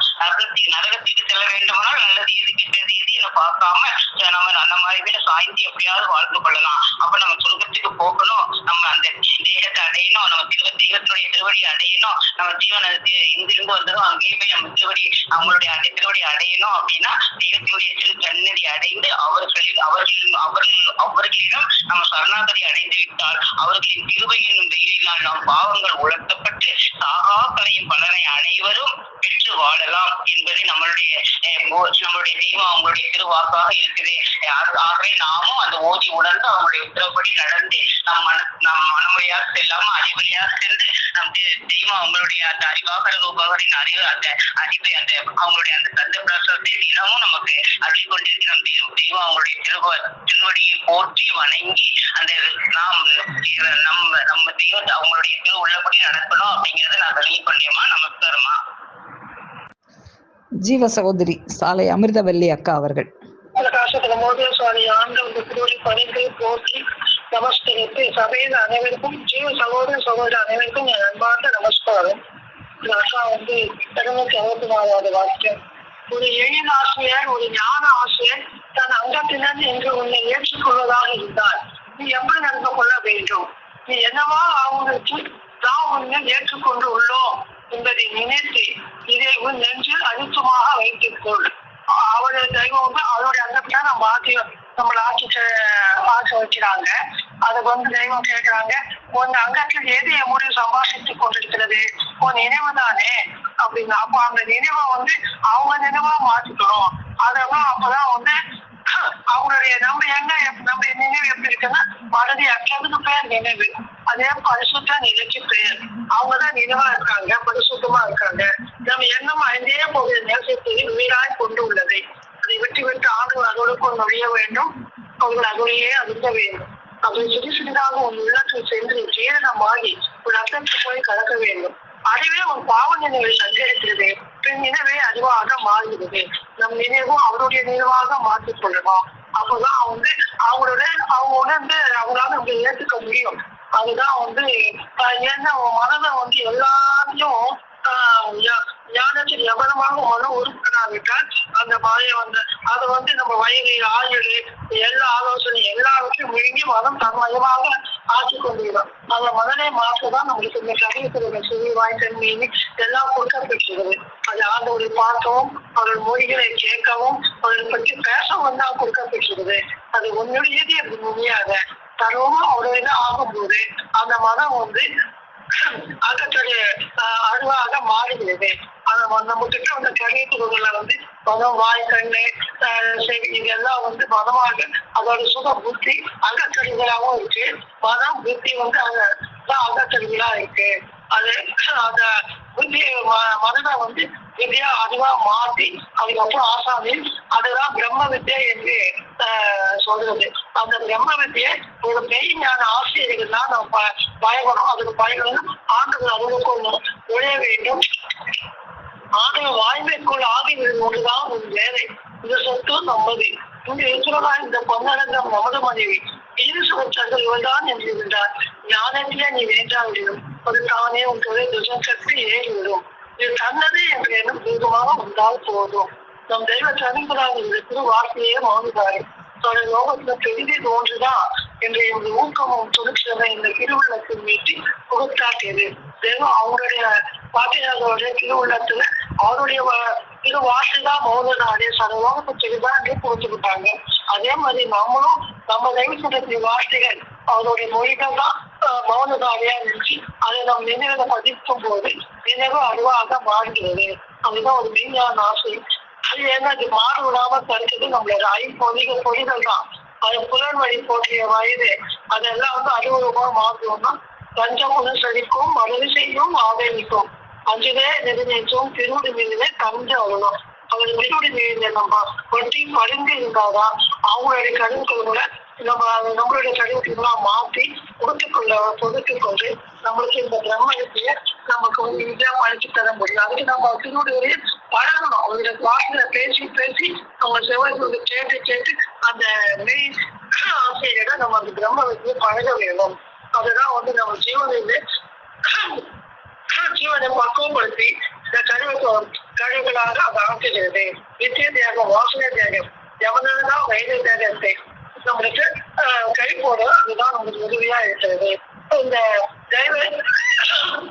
செய்து கொண்ட நம்ம 5 அறிவுதான் செய்து கொண்ட நஷ்ட வியாபாரத்திலிருந்து நம்மளுக்கு லாப வியாபாரமாக ஆக்க முடியும். ஈஸ்வரன் நம்முடைய நம்ம கிட்ட பரிசுத்தமா இருக்கிறாங்க. நம் கருவுகளை அந்த ஈசனை பற்றி பேசி பழகி கொண்டிருந்தால் ஈசன் சந்நிதி நம் ஜீவனின் வளர்ச்சி அடைந்து ஈசனுடைய சக்தி நம் ஜீவனின் வளர்ச்சி அடைந்து பிரகாசிக்கும். நாமும் ஈசனை அடையலாம். அவருடைய அன்பை பெற்று நம் பக்கம் அவர்களை அன்பை சாய்த்து வச்சுக்கும்படி செய்து கொள்ள வேண்டும். இதுதான் பிரம்ம வித்தை. அதுதான் நம்மளுக்கு கருவிகள் கொடுக்கப்பெற்றது. அதனோட அன்புக்கு பார்த்து எவ்வளவு செல்வம் இது ஆர்வம் இதுதான் மன ஜபனமாக இருக்கும். அதுதான் அறிவுரூபமா ஆக்குவது நம்ம ஆசிரியர். அவங்களோட பற்றி பேசவும் செய்வதற்கு கேட்கவும் அவங்களுடைய திருவடைய நேர படைந்திருக்கிறதுதான் நம்மளை இயேசுனாக ஆக்க முடியும். இயேசுனாக ஆக்க முடியும் என்று இந்த சபையின் மூலமாக உணர்ந்து கொண்டேன் என்று கூறி மீண்டும் மீண்டும் நமஸ்காரம். ஜீவ சகோதரி சாலை அமுதா அவர்கள். ஆதியே துணை பிரம்ம பிரகாசமை வெளிச்சாலை ஆண்டவர்கள் திருப்பாதத்தை போற்றி வணங்கி துதித்து அனைவருக்கும் நமஸ்காரம். அக்கா இன்னைக்கு நாங்க கொஞ்சம் பாதியில ஜாயின் பண்ணேன். அப்ப நீங்க வாக்கியம் 264 அது மனம் பத்தின வாக்கியம் அதுதான் எடுத்து பங்கிட்டீங்க. அப்ப ஒரு எழில் ஆசிரியர் ஒரு ஞான ஆசிரியர் தன் அங்கத்தினன் என்று உன்னை ஏற்றுக்கொள்வதாக இருந்தால் அப்ப நம்மள ஏற்றுக்கிட்டாங்க. அவங்க அங்கத்தினன் நம்ம அவங்க அங்கத்தினன். அப்ப நம்ம எப்படி நடந்துக்க வேணும்? அப்ப மனம் அங்க நம்மள எப்பவுமே சைத்தான் மாதிரி கீழே தள்ளவே இருக்கு.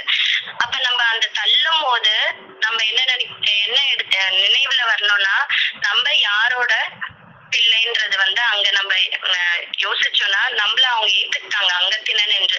அப்ப நம்ம அந்த தவறான பாதையில போகாம நம்ம இருக்க முடியும்ன்றதுக்கு இந்த வாக்கியம்க்கா.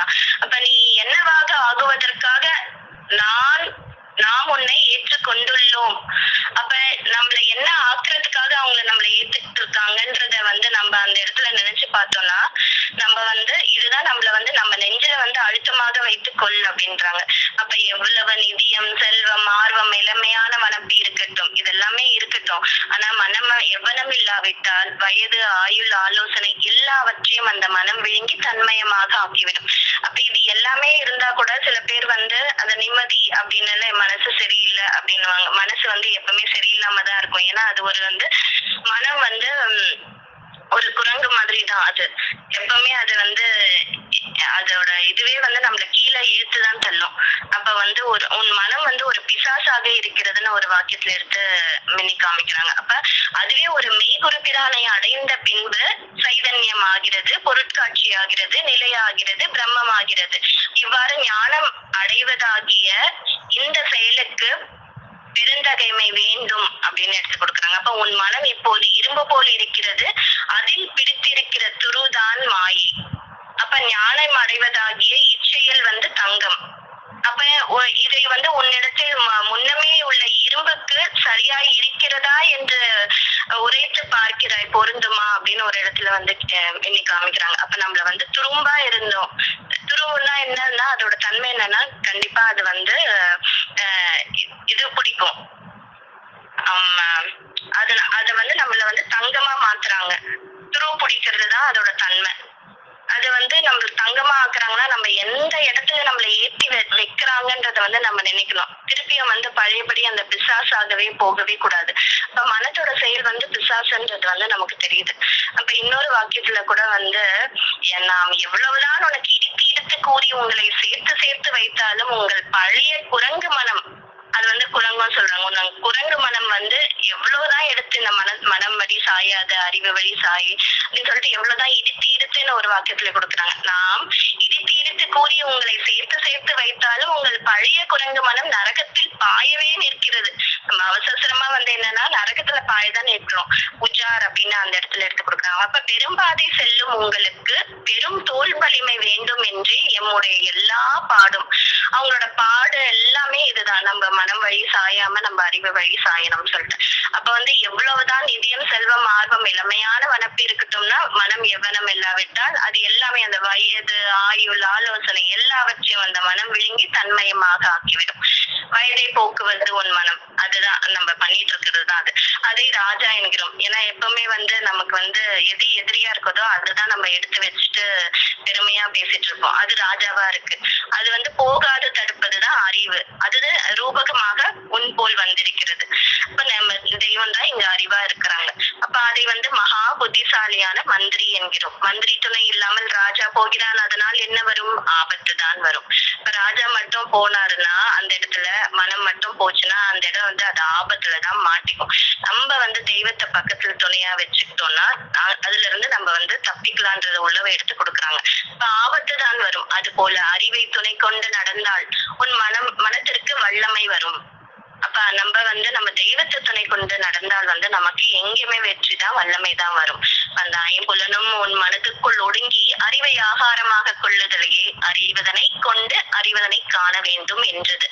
அப்ப இதுதான் நம்ம அறிவை தான் நம்ம ஆகாரமா கொள்ளணும். மன வழி மனத்திற்கு ஒதுக்கி வச்சுட்டு அறிவை தான் ஆகாரமாக. இதை நம்ம எத்தனையோ தடவை இந்த வாக்கியத்தை எடுத்து அங்கிட்டு இருக்கோம். நம்ம திருப்பியும் அதுலதான் போற மாதிரி இருக்கு. அப்ப நம்ம ஒரு தடவையும் இதை நம்ம ஞாபகத்துல வச்சுக்கிட்டா நம்ம அறிவின் வழிதான் போக வேணும். மனசு நம்மள கீழேயே சைத்தான் அதை நம்மள சாச்சிடும் கீழேயே. இதை நம்ம என்னைக்குமே ஒரு எடுத்து நம்ம நினைவுலயே பதிந்து வச்சுக்கலாம். அதுக்காக தான் டெய்லி இந்த சபையும் நம்ம பங்குனதே திருப்பி பங்கினாலும் நம்ம அந்த சாயக்கூடிய இதுலதான் இருக்கும். அப்ப ஆனால் அதை விட்டு உன் மனம் தான் அங்கும் இங்கும் அலைகிறதேன்றாங்க. நம்ம என்னதான் அறிவு வழி போலான்னு நினைச்சாலும் திருப்பி அந்த சைத்தான் உட்கார்ந்துட்டு நம்மள அங்கும் இங்கும் அலையதான் வைக்குது. அப்ப இங்க உலாவும் உண்மை என்று உன் மனம் வஞ்சகமின்றி கொள்ளும் போதுதான் இங்க எல்லாம் அதுதான் நம்ம உண்மைன்றது எடுத்துக்கிட்டாதான் நம்ம செவிக்கு உணவு ஏறுகிறது. அது உன் அறிவையும் மனதையும் செம்மைப்படுத்துகிறது. அப்ப உறக்கம் என்னும் இடியை உன் ஜீவனின் தலையில் விழாதபடி சன்னமாக தடுக்கிறது. அப்ப அந்த உறக்கத்துலதான் நீங்க நிறைய தடவை எடுத்து கொடுத்துருக்கீங்க. அந்த உறக்கத்துல நம்ம சில இதெல்லாம் வேலை செய்யாதுன்னு. அப்ப அந்த இடத்துல என்னன்னா நம்ம அந்த உறக்கம் என்னும் இடி நம்ம தலையில வந்து விழக்கூடாது அப்படின்னு எடுத்து கொடுக்குறாங்க. நாம் தான் அதில் போய் கூடிக்கொள்ள வேண்டும், அப்போதுதான் அறிவு அந்த உறக்கம் என்றும் இடியை தடுக்கிறது. தன் எண்ணம் எதிலே ஓடிக்கொண்டிருக்கிறதோ அதுலதான் நாதமும் ஓடிக்கொண்டிருக்கும். அப்ப நம்ம எண்ணம் எதுல ஓடி இருக்குதோ அதுலதான் நாதமும் ஓடிக்கொண்டிருக்கணும்ன்றது வந்து எடுத்து இன்னைக்கு பங்கிட்டீங்கக்கா. இன்னைக்கு சபை ரொம்ப சிறப்பு. வெறுக்காமல் மனம் வெறுத்து நின்றாயானால் வேதாந்த திசைநாத வெளியும் தோன்றும், விருப்பமுடன் மனமூன்றி உறைந்தாயாகில் வெல்லாமற் போவதில்லை மெய்ஞானத்தை. அப்ப அந்த மனம் வெறுக்காமல் மனத்தை வெறுத்தாதான் நம்ம வந்து மெய்ஞானத்தை வெல்ல முடியும்ன்றது வந்து இந்த பாடல் எடுத்து கொடுக்குறாங்க. அப்ப வந்து இன்னொரு பாடல்லையும் அந்த கார்த்திகை தீப பாடல்லையும் எடுத்து அங்கேயும் ஒரு மனம் பொல்லாங்கிருள் மனம் பொடிந்து எரிந்திட கள்ள கபடங்கள் காணாமல் லேகிட வில்லாத மனபேதம் வீரிட்டு மாய்ந்திட வெல்லும் சத்தியம் நின்று விரிக்கவே உலகெங்கும் வருதிதோர் கார்த்திகையேன்னு சொல்லிட்டு ஒரு பாடல் வரும்க்கா. அப்புறம் வந்து அந்த ஜீவன் அவாவுடன் தாவுகின்ற செயலால் மனம் என்று பெயர் பெறுகிறது. அப்புறம் வந்து ஒருத்தர் வந்து இரும்பு வேலை செய்வதால் கொல்லன் என்று என்பது போல, ஆகவே இந்த மனசாட்சியாக என்று சொல்வது பிசாசு சாட்சியாக, பிறத்துருட்டு சாட்சியாக, குள்ளுமுள்ள சாட்சியாக என்று சொல்வது போல இருக்கும்ன்றது வந்து நிறைய இடத்துல அந்த மனம் வந்து எடுத்த தெய்வம் வந்து நம்ம கிரந்தத்துல வந்து நிறைய இடத்துல நமக்கு எடுத்து கொடுத்திருக்காங்க. அப்புறம் வந்து நிறைய இருக்குக்கா மனமோட இது. அந்த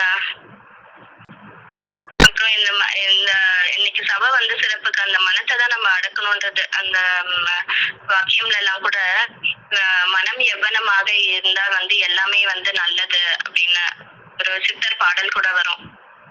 மனத்தை மட்டும் கண்ட்ரோல் பண்ணா நீ பூஜை புனஸ்காரம் எல்லாம் எதுவுமே செய்ய வேண்டாம் அப்படின்னு எடுத்து கொடுப்பாங்க. அந்த சித்தர் பாடல் எனக்கு டக்குன்னு மறந்துருச்சு, ஞாபகம் இல்ல. அந்த மாதிரி இன்னைக்கு மனத்தை பத்தி எடுத்து பங்கிட்டீங்கக்கா. சபை சிறப்புக்கா. அனைவருக்கும் நமஸ்காரம்க்கா. ஜீவ சகோதரர் சாலை சிவகுமார் அவர்கள். நமஸ்காரம்க்கா.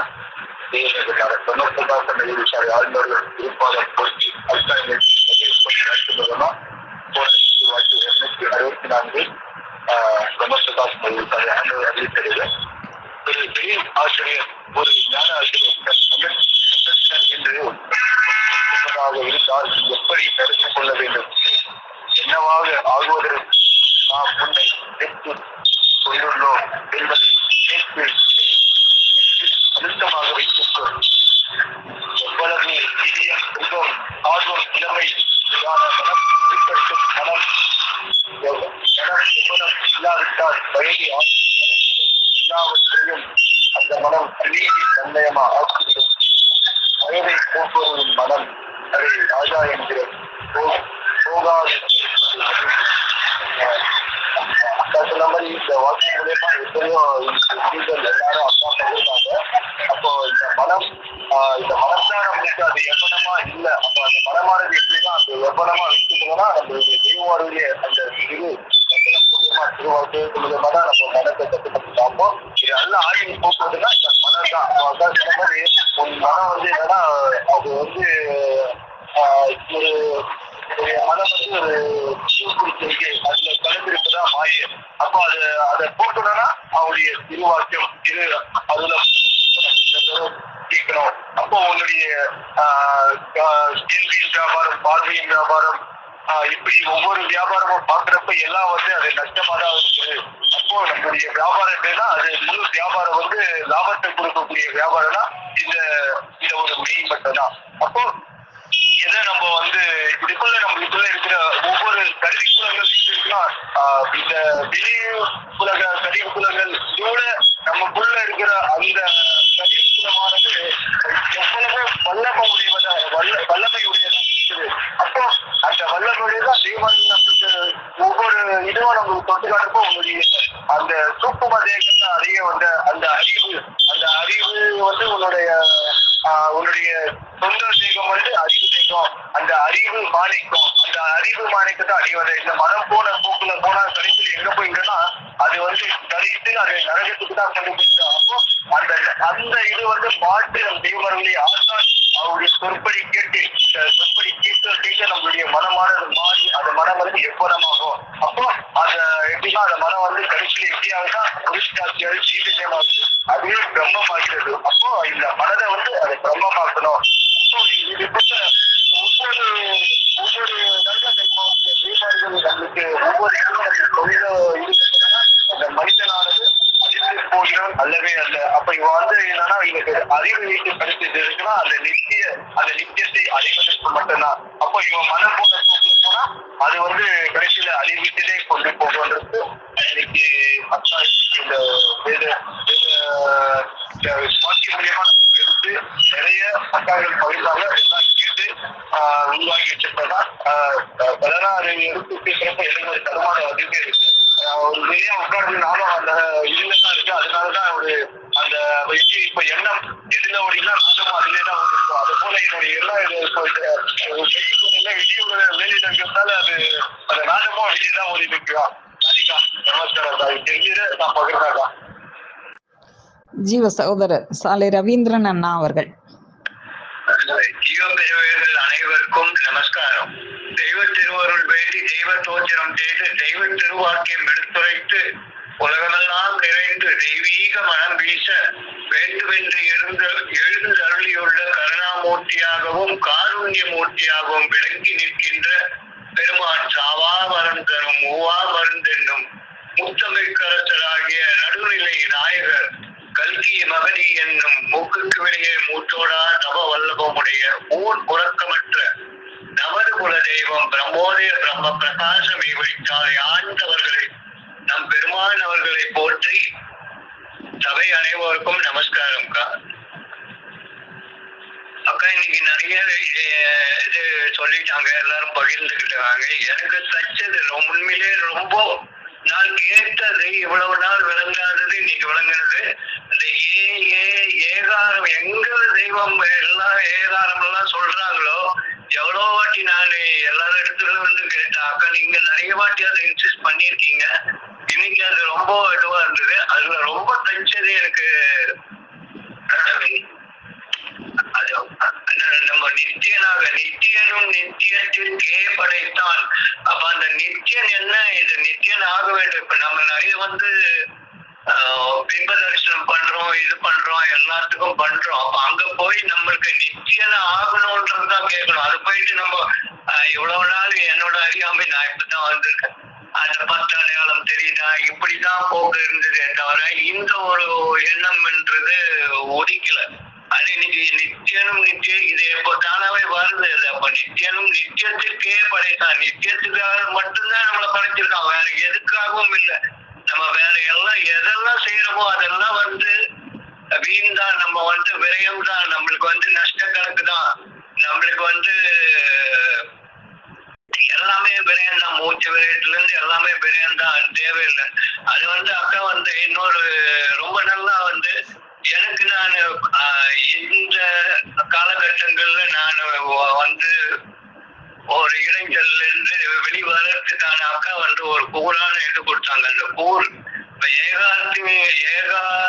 ஏகாரத்தின் கூர் வந்து இந்த இது நித்தியத்திற்கே படைத்தான். நிறைய சொல்லிட்டீங்க, நான் எனக்கு ரொம்ப தச்சது நான் சொல்றேன்க்கா. இன்னொன்னு எல்லாரும் பேசிட்டாங்க, நேரம் இது.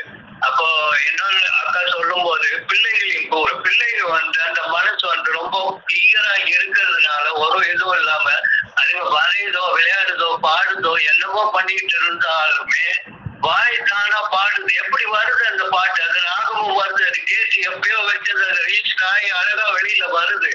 இப்ப ஏன் நம்மளுக்கு இது வர மாட்டேங்குதுன்னு போது அந்த இந்த விஷயத்த எனக்கு தெய்வம் தான் கொடுத்துருக்காங்க அப்படிதான் நான் எடுத்துப்பேன். உனக்கு ஏன் வரலன்னு சொல்றதுக்கு பதிலா நீ குழந்தைங்க மனநிலைக்கு நம்ம போறோம். நம்ம 1008 மண்டையில வச்சுக்கிட்டு இதை பண்ணிக்கிட்டு இங்க ஒரு வேலை நம்மளும் செய்யறோம், நானும் வந்துட்டேன், நானும் விதைக்கிறேன், நானும் உழுறேன், எனக்கு நெல் வரணும்னா அதுக்கு தண்ணியை பாய்ச்சணும், அதுக்கு என்ன பண்ணணுமோ அதை பண்ணணும். அது எல்லாம் உனக்கு தெரியலனாலும் நான் சொல்லி கொடுத்துட்டு இருக்கேன். கைய உதறாம நம்ம கையெல்லாம் பிடிச்சிக்கிறோம், எல்லாம் பண்றோம். இந்த வேலைய தெய்வத்தோ இது வந்து நம்மளோட இறுதி மூச்சு அடைஞ்சிற வரைக்கும் மனம் கூட தான் இருந்தாலும் நம்ம இதுல இருந்து இது வரணும். அப்போ அந்த பிள்ளைகளின் ஒவ்வொரு காரணம் வரணும். அப்போ அது வந்து கரெக்டா வச்சிருந்தேன்னா அக்கா ரொம்ப விளக்கமா சொன்னாங்க. அருள் படி மடியும், இருள் விலகும். அதுக்கு மேல நம்மளுக்கு ஒன்றும் இது என்ன சொல்றது, இதுக்கு மேல தெய்வம் எப்படி நம்ம கூட எப்படி இருந்து விளக்குவாங்கன்றது எனக்கு தெரியல. சபையில வந்து கலந்துகிட்ட மகிழ்ச்சி தான் சபை சிறப்பு. மேலும் மேலும் நம்ம விளங்கிக் கொள்ள தெய்வத்தை பிரார்த்தித்து மீண்டும் முழங்கும் என்று முத்தி பேரரை நான் சொல்ல மாட்டேன். ஏன்னா நான் இது முத்திக்கா பேரரை பண்ற அளவுக்கு நான் வரல. ஏதோ விளங்குனது தைச்சதை சொல்லிட்டு இருக்கேன். அது வார்த்தை மீண்டும் முழங்கும் என்று கோரிக்கைகள். சபையோர் அனைவருக்கும் நமஸ்காரம். ஜீவ சகோதரி சாலை சாந்தி அவர்கள். நம்ம மனம் எப்படி போகுதோ அதன்படிதான் தெய்வம் நமக்கு வாக்கியம் கொடுத்துருக்காங்க. நமது குலதெய்வம் ரோமா பிரகாசம் சாலை ஆண்டவரின் முத்தி பெருரை. நான் வந்து இப்போ சபையில கேட்டிருக்கேங்க. ஆனா அதான் இப்ப அவரு சொன்னாருங்க இல்லையா, அது மாதிரிதான் நம்ம பேசினா எல்லாம் தப்பா நடக்குமோ என்னவோ என்ற பயத்தினாலதான் நானும் முத்தி பெருரைய முழக்காம இருந்தேன்க்கா. இப்போ அமுதாக்கா எல்லாம் பேசினாங்க, நானும் கேட்டேன்க்கா. நம்ம எவ்வளவு அவரை நம்ம பேர ஆண்டவரை நம்ம இது பண்றோமோ அவ்வளவுக்கு அவ்வளவு அவருடைய வாக்கியமே பேசி அவருடைய பத்தியே பேசி நம்மளுடைய ஜீவ பிரயாணத்தை அவர் நமக்கு அழைச்சிருக்காரு. நம்ம எதை நோக்கி போனோமோ அதை நோக்கி போனால் கண்டிப்பா அவர் நமக்கு நம்ம வழி காட்டுவார் என்ன நான் புரிஞ்சுக்கிட்டேன்க்கா. நான் சொல்றது கரெக்டாக்கா? எனக்கு ஒன்றும் விளங்கலக்கா. அவர்கள் அப்படின்னு சொல்லணும்ப்பா. அவரு அப்படின்னு சொல்லக்கூடாது. அவர்கள் சரியாக்கா. அவர்கள் நமது குல தெய்வம் நெற்று பேரரைய மீண்டும் மீண்டும் முழக்கணும் என்று நம்ம தெரிஞ்சும் தெரியாமல் இருந்தாலும் அவர் வழியே செல்லணும்ன்றதான் எனக்கும் ஆசைக்கா. நானும் வந்து வில்லிவாக்கம் சபைக்கு தான் செஞ்சு ஒரு வில்லிவாக்க சபையின் பேரு சரிக்கா. நான் வந்து கேட்டு இனிமே வந்து சபையில பேருரை எடுக்கிறேன்க்கா. சரிப்பா. நமஸ்காரம்ப்பா. ஆண்டவர் நமஸ்காரம்க்கா. நமஸ்காரம்ப்பா. தெய்வ திருவாக்கியங்களால் சபையை அலங்கரித்த ஜீவ சகோதர சகோதரிகள் அனைவருக்கும் எனது அன்பான நமஸ்காரம்.